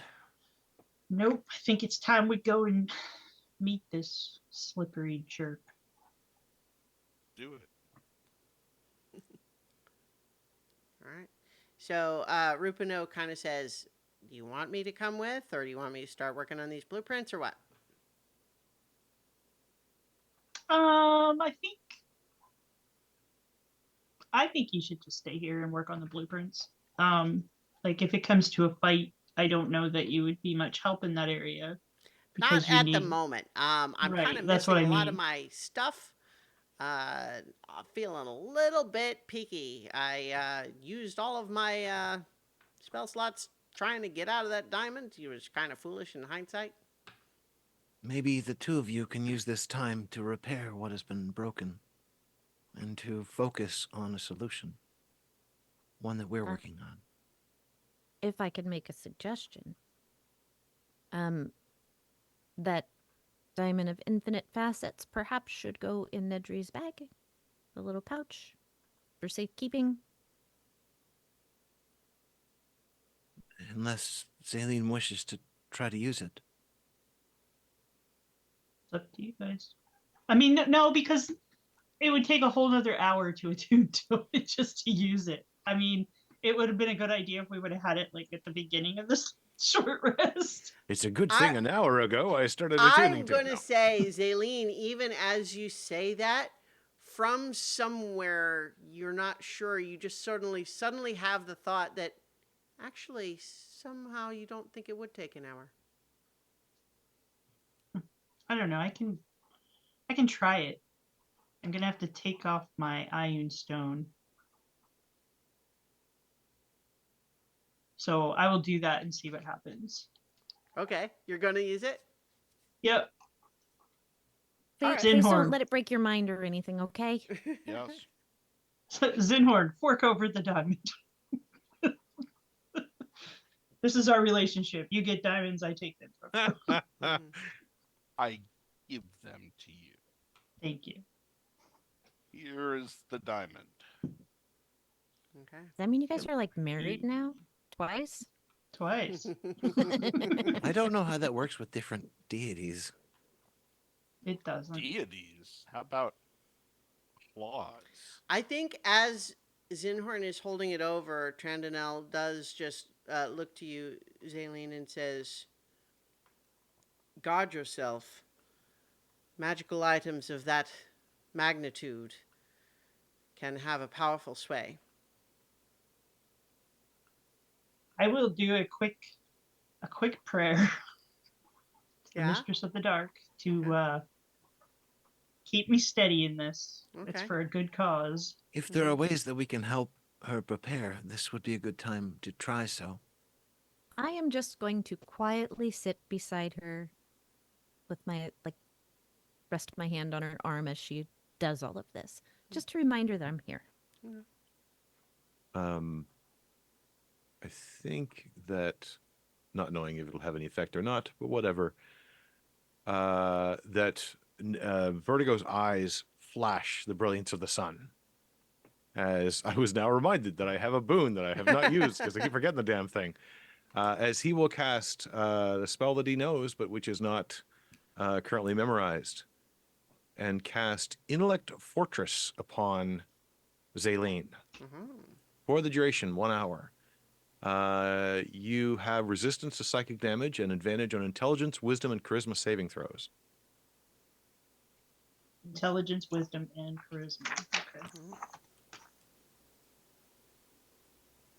That should help. Okay. Your mind is stronger now. Guarded. All right. So do you begin focusing on it? Yep. It hits you like someone has just thrown a bucket of cold water on you. Like it fills your brain that fast. What do you, like you immediately are perceiving the world through this kaleidoscopic fractal splintering that is just waiting for you to choose one path and follow it. I'm going to try to hone my focus in on Percival Cankers specifically. So remember that the way this works is you have to focus on what you're going to do, and it will tell you what will happen for up to 24 hours based on that. But it won't tell you anything. It will tell you what happens if you do X. And then if you say, well, what if I do Y instead? It'll tell you what happens if you do Y. Okay. And can I communicate with with them while I do this to sort of get guidance on what I want to This look is into? filling your brain. Okay. You can do this. You cannot do anything else while it's happening. Okay. Everyone else, you're just seeing her eyes roll back in her head while she holds it. Her eyes kind of So like go like mirror glassy. They almost look like they've been replaced with the crystal ball themselves.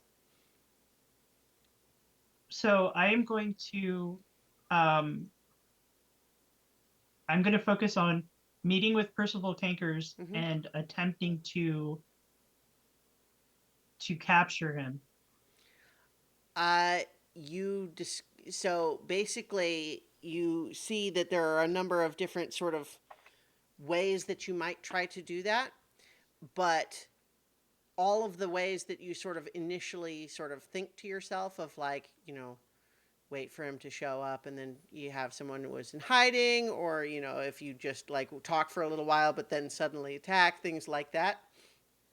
In each case, what you see is that he has some sort of a magic that seems to happen instantaneously upon your attack, where he disappears.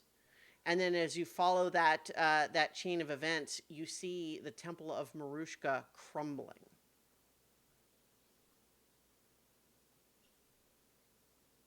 Try the straightforward path.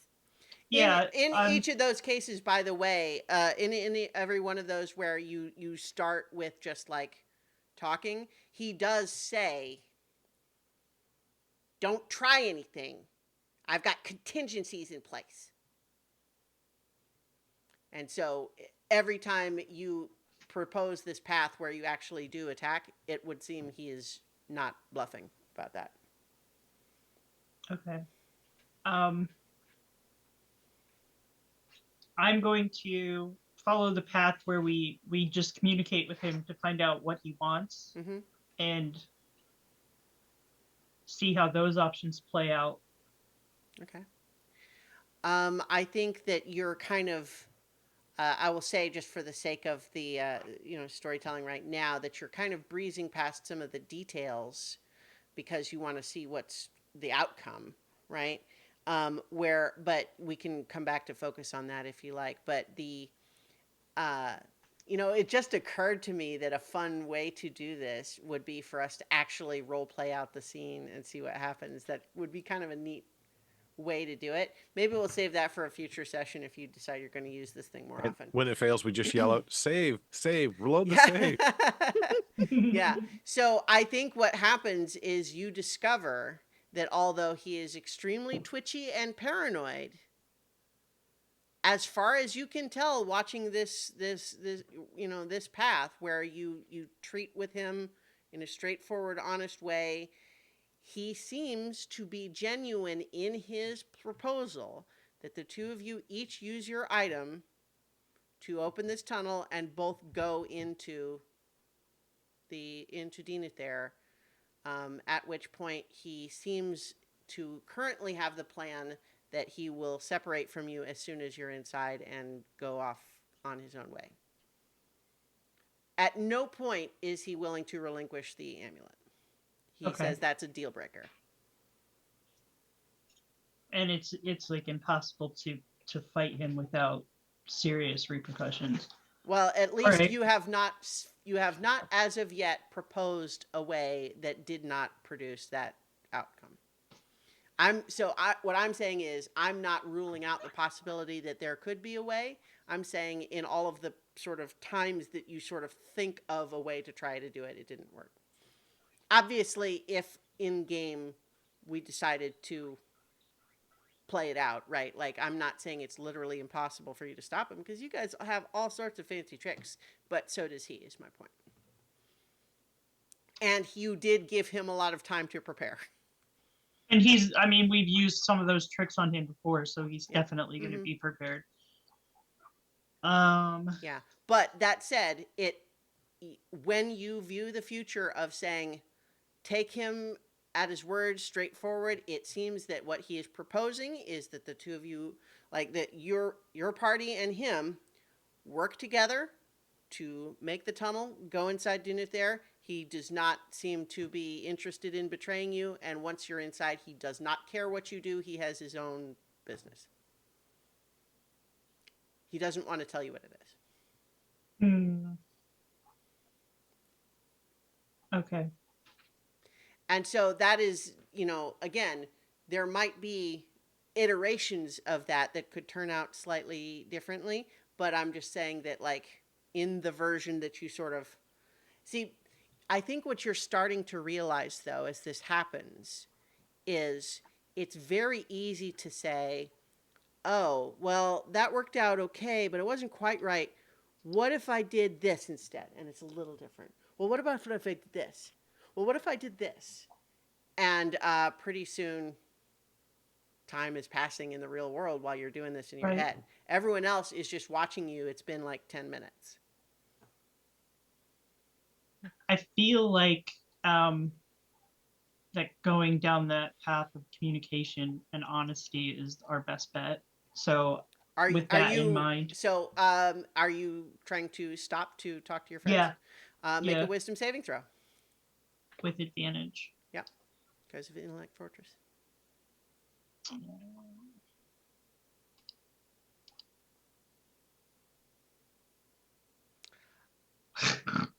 12 and 13. Okay.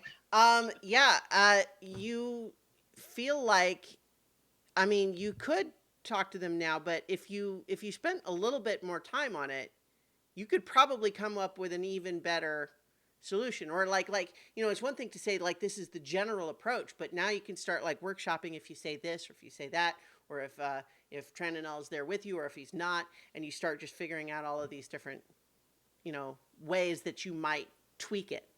Yeah. Everyone else, it's been like 20 minutes. She's just sitting there looking at the ball, at the diamond. Okay, so I have a hand on her, but it doesn't seem like, shaking her a little bit has really done anything. No, So, she doesn't react to that at all. so I'm gonna try and I'm gonna toss her some bardic inspiration, and in Yeah. doing so, quietly singing to her, "Oh, she walks away, cadence of water, the loyal and brave.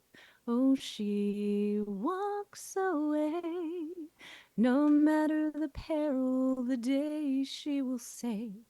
Through amber and ashes she will not be swayed. When the battle is over, she just walks away." Very nice. Inspiration for Carolina. And then certainly you can make another saving throw, Zaleen, again with advantage, and now with the bardic inspiration as well, which is a D10 now. Oh, there you go. I don't think I need it. Yeah. Well, so with a 26 is a much better result. And I think there's a part of you that hears Carolina's song, and you are able to kind of recognize, oh yeah, how long have you been doing this? Wait a minute, that's more than you thought you were doing, and you are able to, rest yourself, but at the same time, even as you're doing it, there's a part of you that you feel still saying, no, look in it more. But you feel the rigidity and support of the Intellect Fortress spell buoying you. And you are able to pull your awareness free of the crystal ball, this diamond of infinite facets, and you are back there in the room with your friends, and I think everyone's probably looking at you a little bit concerned. Whew. That's like gambling, and I just like hold it back over to Zindor. Yeah, I think even as you let it go, there's a part of you that, like, gets mad at him for just a second for taking it away from you. These things are You are still attuned until you deliberately break it. tempting. Are you okay? Yeah, yeah. Um, God, there's so many options. There's so many things. Even if I just spent like 10 more minutes. A lesson I have learned that you may benefit from. There are always more questions. You have to stick with the ones you've answered so far. Right, right. It's a good thing we didn't let you attune to this because we probably would have never got you out. There will be time.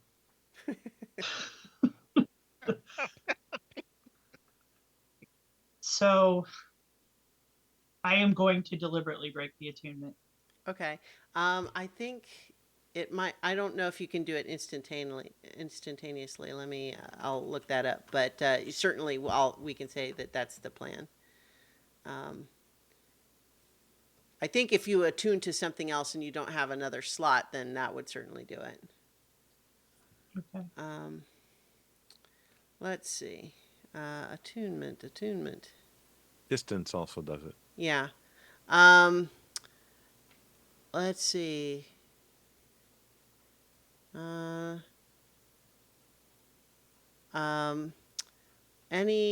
So actually attempting to attune to another thing doesn't work. It just, you would fail to attune to the new thing. It ends if it has been more than 100 feet away for at least 24 hours, if you die, or if someone else attunes to it. Or you can spend a short rest, unless it's cursed. What if we put it in the prison bag? Because that would be like on another plane of existence. And inside an anti-magic shell. Seems like it would be really far away.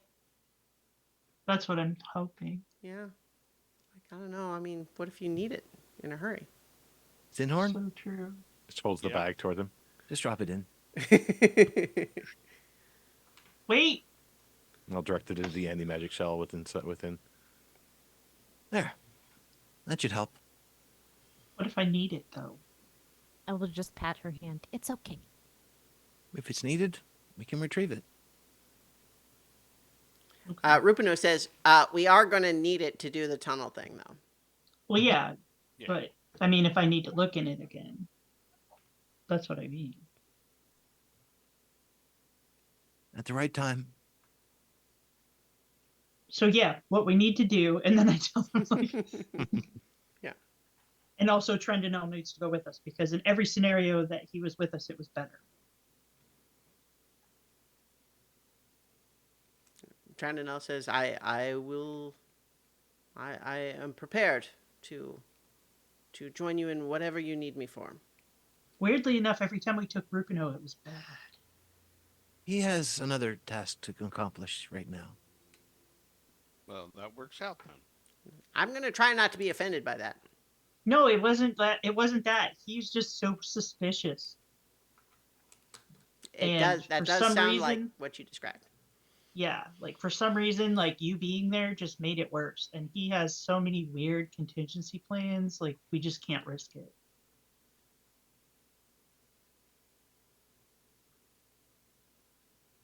I wasn't expecting you to actually use the diamond. I think that's great.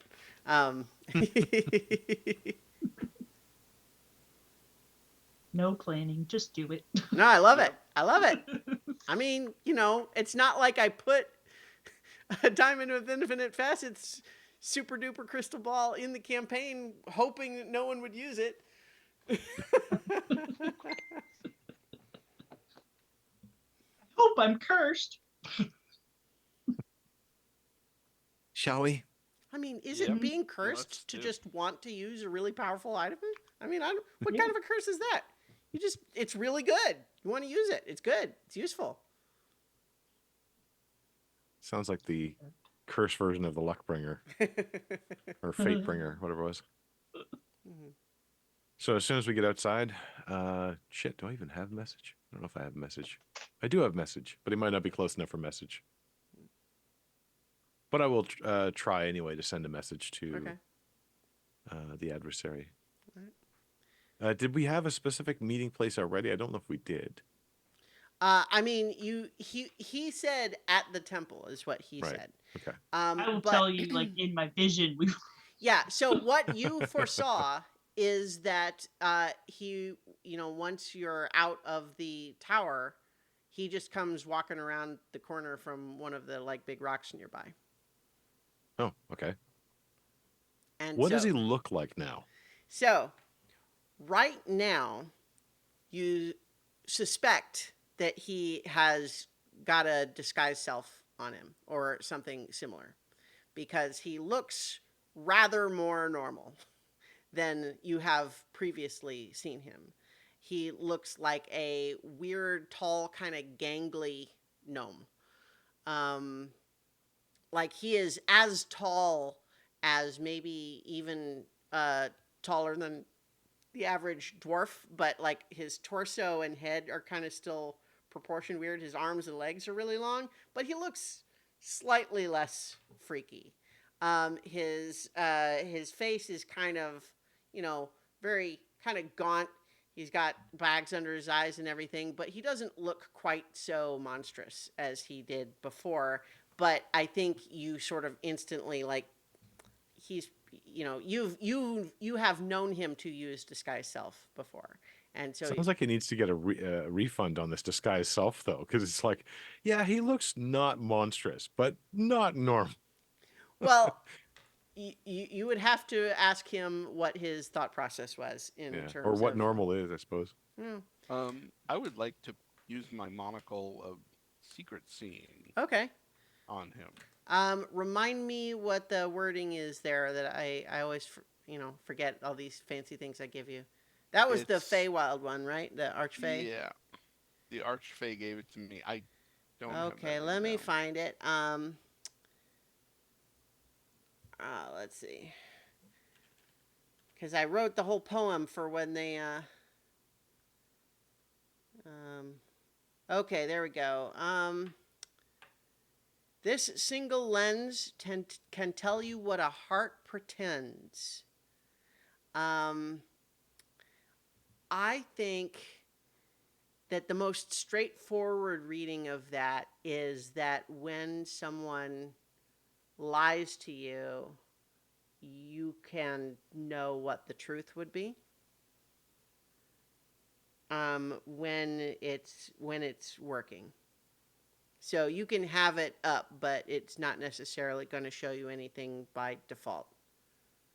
But I think Okay. while so you haven't really used it, I don't think at all, right? I mean, I'm just trying I've to remember used if it like once or twice. okay. But Well, I was just trying to remember how we've had it work in the past. okay. How it showed up when he used it in the Feywild was somebody that was keeping something from him. It appeared kind of as a little card in their pocket. Okay. Yeah. Um. You know what? Yeah, I think let's say then in the meantime that you recognize that he's got this illusion up, and I think you get just a little bit of a flash that the emotional basis for that was kind of the equivalent of putting on your nice clothes for an important meeting. Okay. Like, he's not trying to pretend to be someone else, but he's trying to look moderately less scary. Do you Okay. look at anybody else with it? No. Okay.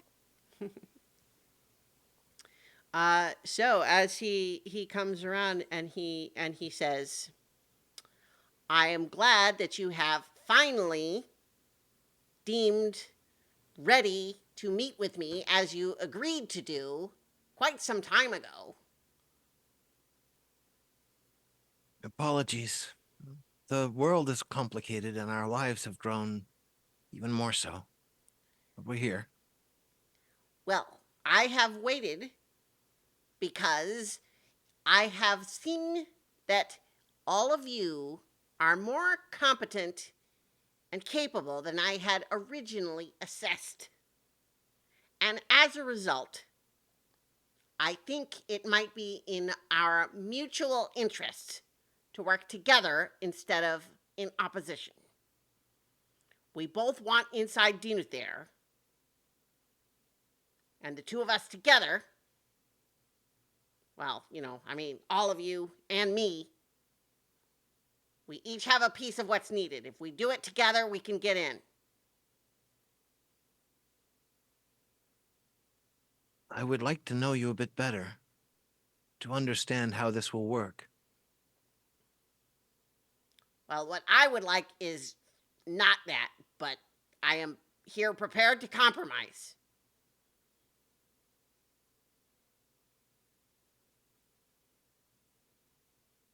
He's looking around at you, like he's peering at everyone very carefully, and especially at Trandonel, he gives kind of a suspicious like he doesn't like that he's here, but he's not like reacting. But he definitely seems very twitchy, like he's looking around, but he's kind of just, his eyes are kind of always darting around, and he's sort of fidgeting. I almost imagine it's sort of like, I've come to understand your competent. Wait, who's that guy? Where's the other one? You do not see on him the necklace, but Right. But he's also seems to be wearing an illusory disguise also. So who knows? Can I use my squinty eyes and All right. my eyes of Oh, truthiness? sure. Yeah. So when you penetrate the illusion, oh God, yeah, he is messed up looking. His face, like hollow cheeks, sunken eyes, very pale skin with some weird sort of blotches on his face of various colors. His hair is like thinning and falling out and looks very sort of greasy. He seems to have strange moving lumps in his torso under his clothes. He's got sort of a weird like cloak that he's covering himself with. Um, it's all the more clear now that this is someone who was of gnome size, and instead of getting bigger overall, just his arms and legs are longer. And he just looks very sick and maybe even in pain. So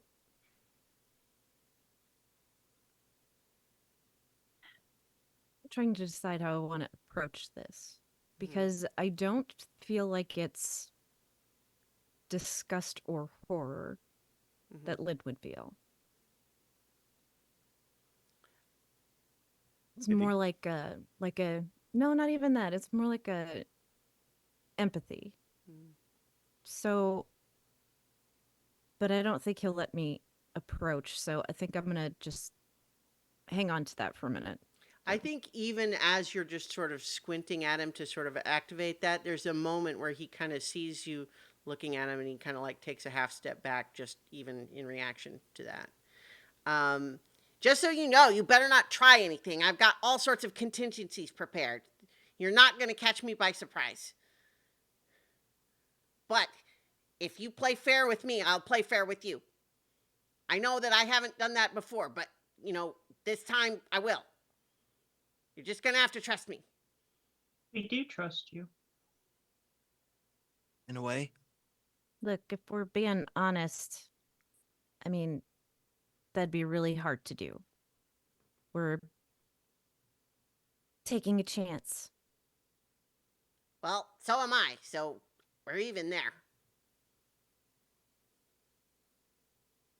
So what next? can you tell me what you know of the place we wish to go? You're not from there, I'm assuming, but you learned of it somehow. Yeah, I'm not from there. I don't know what's inside. But I'm counting on at least one thing being inside. And that's what I need. Is there any way we can help you then?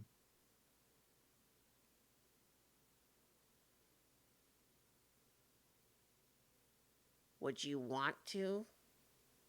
And if so, If you why? recall, I tried to remove curse on you one of the times that we met in an attempt to help you. And So you did I. laughed at me. Yeah, I well, was trying to help you then. I think that that was the sort of thing that you did not ask me if I wanted any of my curses removed. If you had, I would have said no, thank you. So if you want to help me, perhaps you should ask me what help I require. We just did. But I, in turn, asked why you want to help me. After all the things I've done to you, why would you want to help me? Because you're obviously suffering somehow. That means That's nothing. but that's why people do the kinds of things that you've done, because they're desperate and they need help and they don't know how to get it. And we're My those kinds of actions people. are not for my benefit. So I would like to step forward, Ah, hand outstretched, offering a business card. That's it. put it on the ground and back away. I will do as instructed. He casts Mage Hand to pick it up and bring it over. The card explodes. No. It's just the card. It's like, I oh, know. I've seen these. And he just tosses it away. Well, the thing is that that card isn't, it's not just a card. It's who we are. That's why we started doing this in the first place. We just want to help. Well, the way you And can help me right now is by getting me inside that bubble. Part of what I want to understand is what happened to you to make sure that we don't have something dangerous happen on the way. I don't know if your condition would make things worse or make things more complicated, or if you or us might suffer because of it. It shouldn't be any of your concern. And yet it is. We've encountered a lot of very strange things, and I'm sure that you have as well. Those encounters have crossed paths on a number of occasions, which means that you know some things that we don't. Not sure if you know. I understand, but I think I probably know a lot of things that you don't, but I am willing to concede that there may also be things that you know that I don't. and things we've It accomplished looks like that you it have physically hurt him to say that. not. True. I also wish to understand if a path like yours lies ahead for others who've come in contact with these things. Is that what you're worried about? You're worried you're going to become me? Not exactly. see, the You difference should is be that so lucky. the difference is that we wouldn't let that happen to you, Vertigo. May not entirely be under your control, but each of us does determine our own pathways. What I might become, or anyone else touched by these things, is not the same as you. It will be something different. There will be commonalities. There will be things that can be learned, avoided perhaps, or enhanced, as you've done. But you said earlier that my actions are not for my benefits. That seems strange. Does it? Someone can... Well, Aren't you all the goody two shoes who are always trying to help other people? Is it so strange, the idea that someone would be willing to go to great lengths to help others? no, I think it's admirable. And Well, if you then, are good. truly helping others, then we would align much more easily. And the way that I wish to help my desired others is by getting inside Dinethare. And the longer we take having this conversation, the longer they have to wait. All right, what are we doing now? Like, what's the next step here? Do you know how this is to be built? I have the basic idea. I figured that once the pieces were in position, it would become clear. It will take a couple of hours, unfortunately. Well, perhaps then we should get things started. We already have. Good. So then, is it your intention that we all combine our efforts to get inside? My Yes. proposal is that once that is done, we go our separate ways. That's fine. That won't actually work. For either of us, actually. Why? Well, unless you're willing to relinquish the amulet, and I doubt that you are. Your proximity will be you needed. don't see it because of the illusion, and you don't see it. You don't see it even seeing through the illusion, Carolina, because maybe it's like it's not above clothing or whatever. But there's a moment when you say, or whether you're willing to relinquish it, where he kind of just subconsciously grips at his chest like that. And I understand the dangers in doing so. But your proximity will be needed for this device to work. We will need to meet again. Well, yeah, we were going to open the tunnel together and then go our separate ways once inside. We will need to meet again to open the tunnel to return. Not going to leave it open. It would not be safe to do so, for your people or ours, I suspect. How then will we know when to reopen it? We'll have to determine that. Time would be one of the best ways if time moves the same. I'm not entirely certain if that's true. A conscious connection might be necessary. I mean, we could just cast sending or something.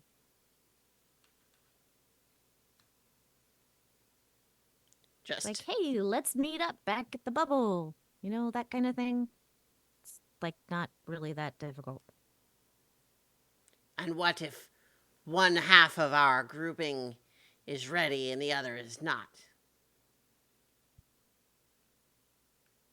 Maybe we should work together when we get there so that we don't need to worry about that. We can help each other get things done more quickly. Many hands make light work. I suspect that all of you have much more time-consuming plans than I. Are you going to the pillar? Seems like you might be going to the pillar. I don't know that that's a good idea. But, you know what? You're going to do what you want to do anyway. I'm just saying that, historically speaking, that hasn't worked out so well, so... Not for pretty much anybody. But you're going to do what you want to do. What you have to do. What you have to do to save That's right. whatever people you're trying to save. So, But if you think that's going to be easy, that's great. It makes things much easier in the end, right? well, I think that on my own, I can do what I need to do faster than all of you who are probably just going to go in there and try to topple a tyranny of magic gods or something. I mean, that seems a bit extreme even for us, so...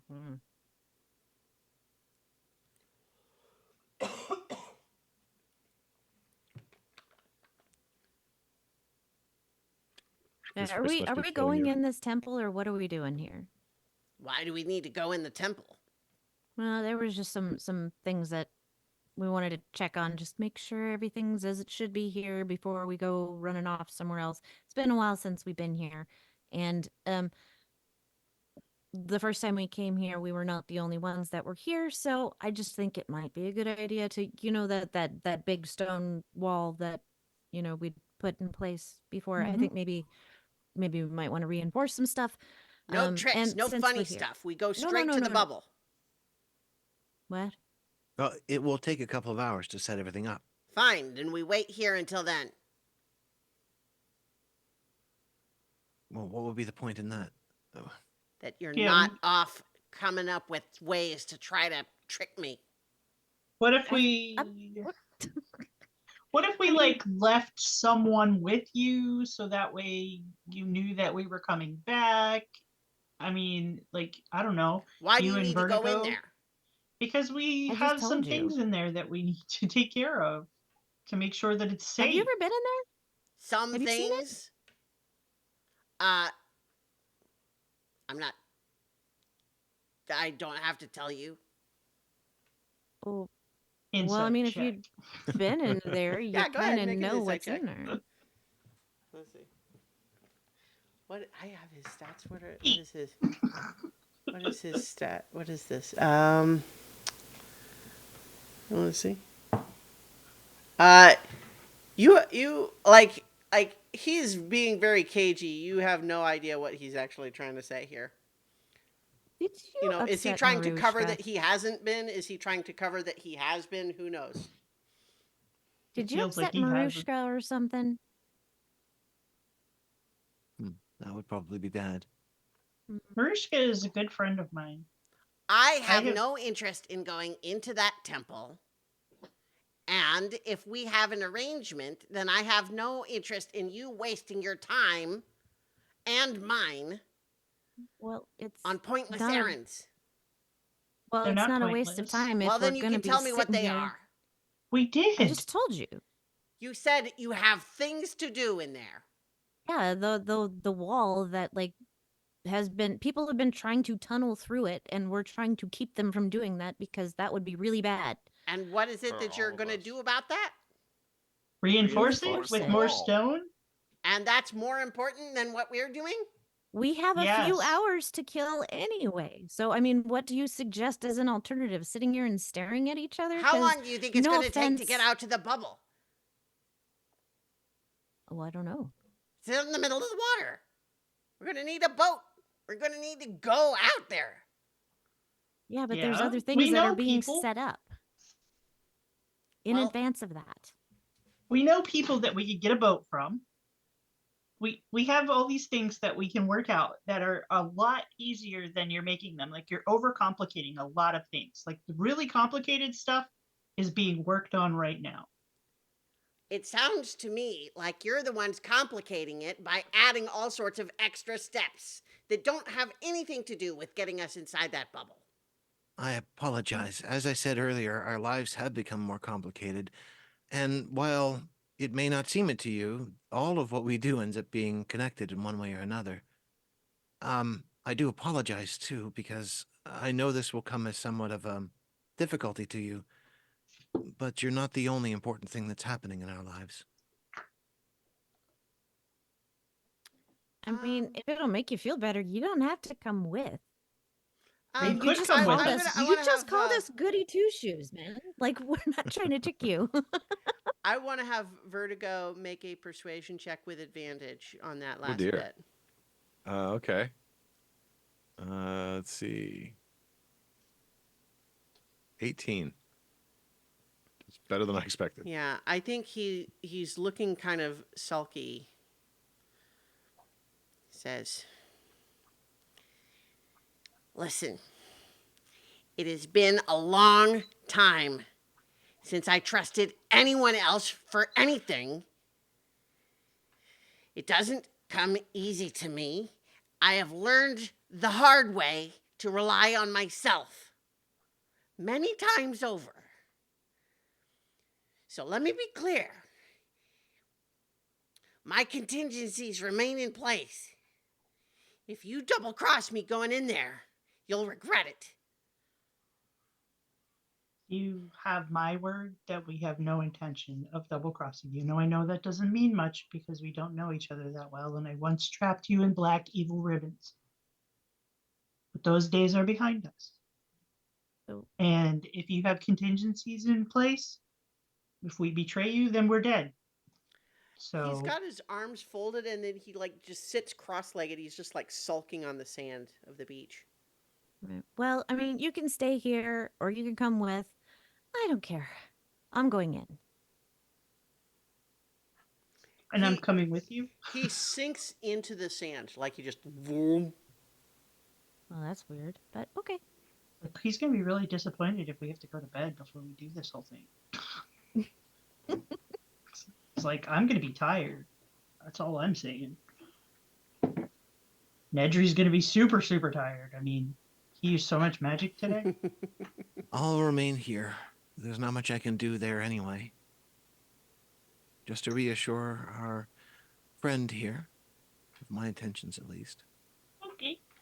So I'm gonna look at Rupino. It's like, Rupino Rupino stayed didn't come inside. with us. Trandinel was oh out no, there. yeah, Yeah. Trandanel, that one. Mhm. No, Rupino should not be here. Yeah. So Trandanel is like, do you want to come? You don't have to. He's looking at where Percival was, and he says, "There is certainly darkness there and madness, but I do see a spark. I do believe he is, in his own way, genuinely trying to help someone." Well, from what I saw, you don't become what they are without real good reason. So,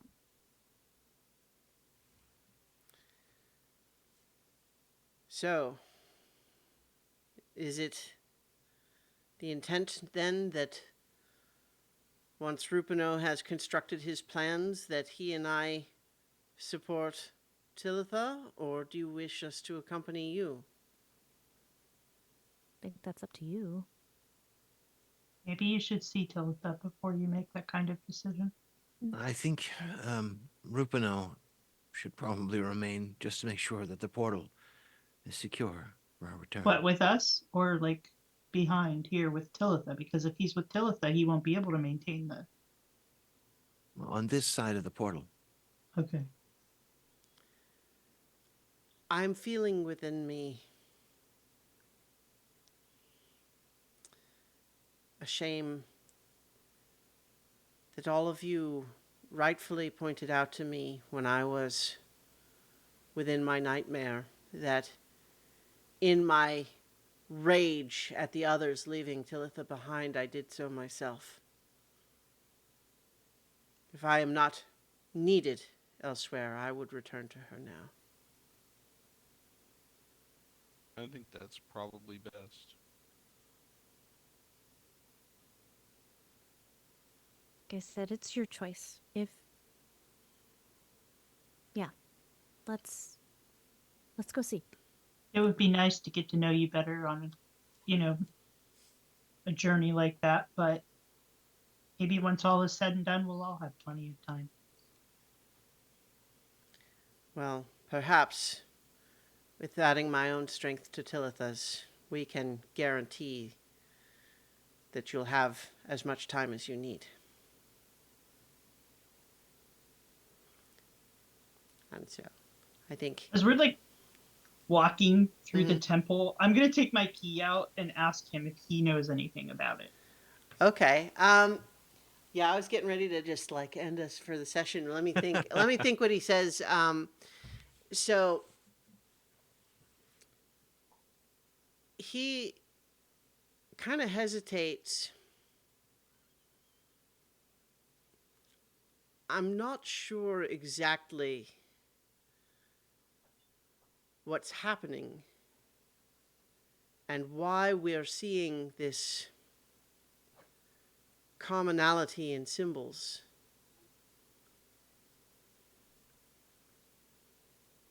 But if you know our story, Hestia was the emissary. She was the one that sought out others.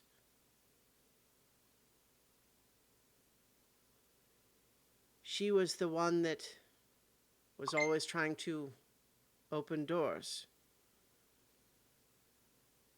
She used a key as her own personal iconography. And I'm not familiar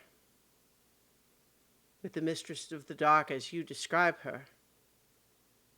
In our time, there was a different god of death.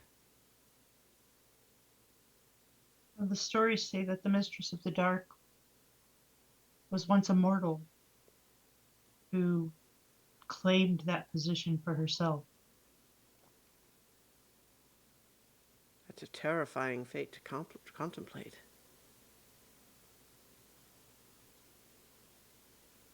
Do you think it's possible that it could be Hestia? I do not know how to account for this coincidence otherwise. It might be a simple coincidence or common purpose otherwise, but if for a mortal to become a god, I have never heard of such a thing. I have no idea how it would be done. If Hestia or someone else obtained that power, I am frightened at the prospect. But I did care for Hestia. And when last we heard from her, she said she was trying to find another way. That's interesting. Because she put me on this path for a reason.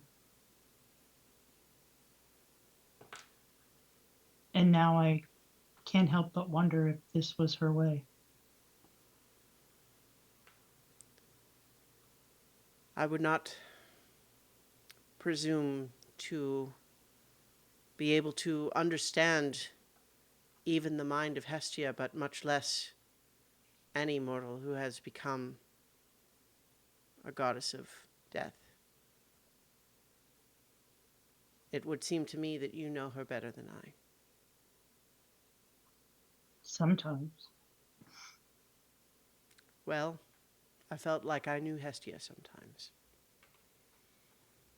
I think maybe that's a nice button as you all, proceed into the temple and move in. We will perhaps end our session there.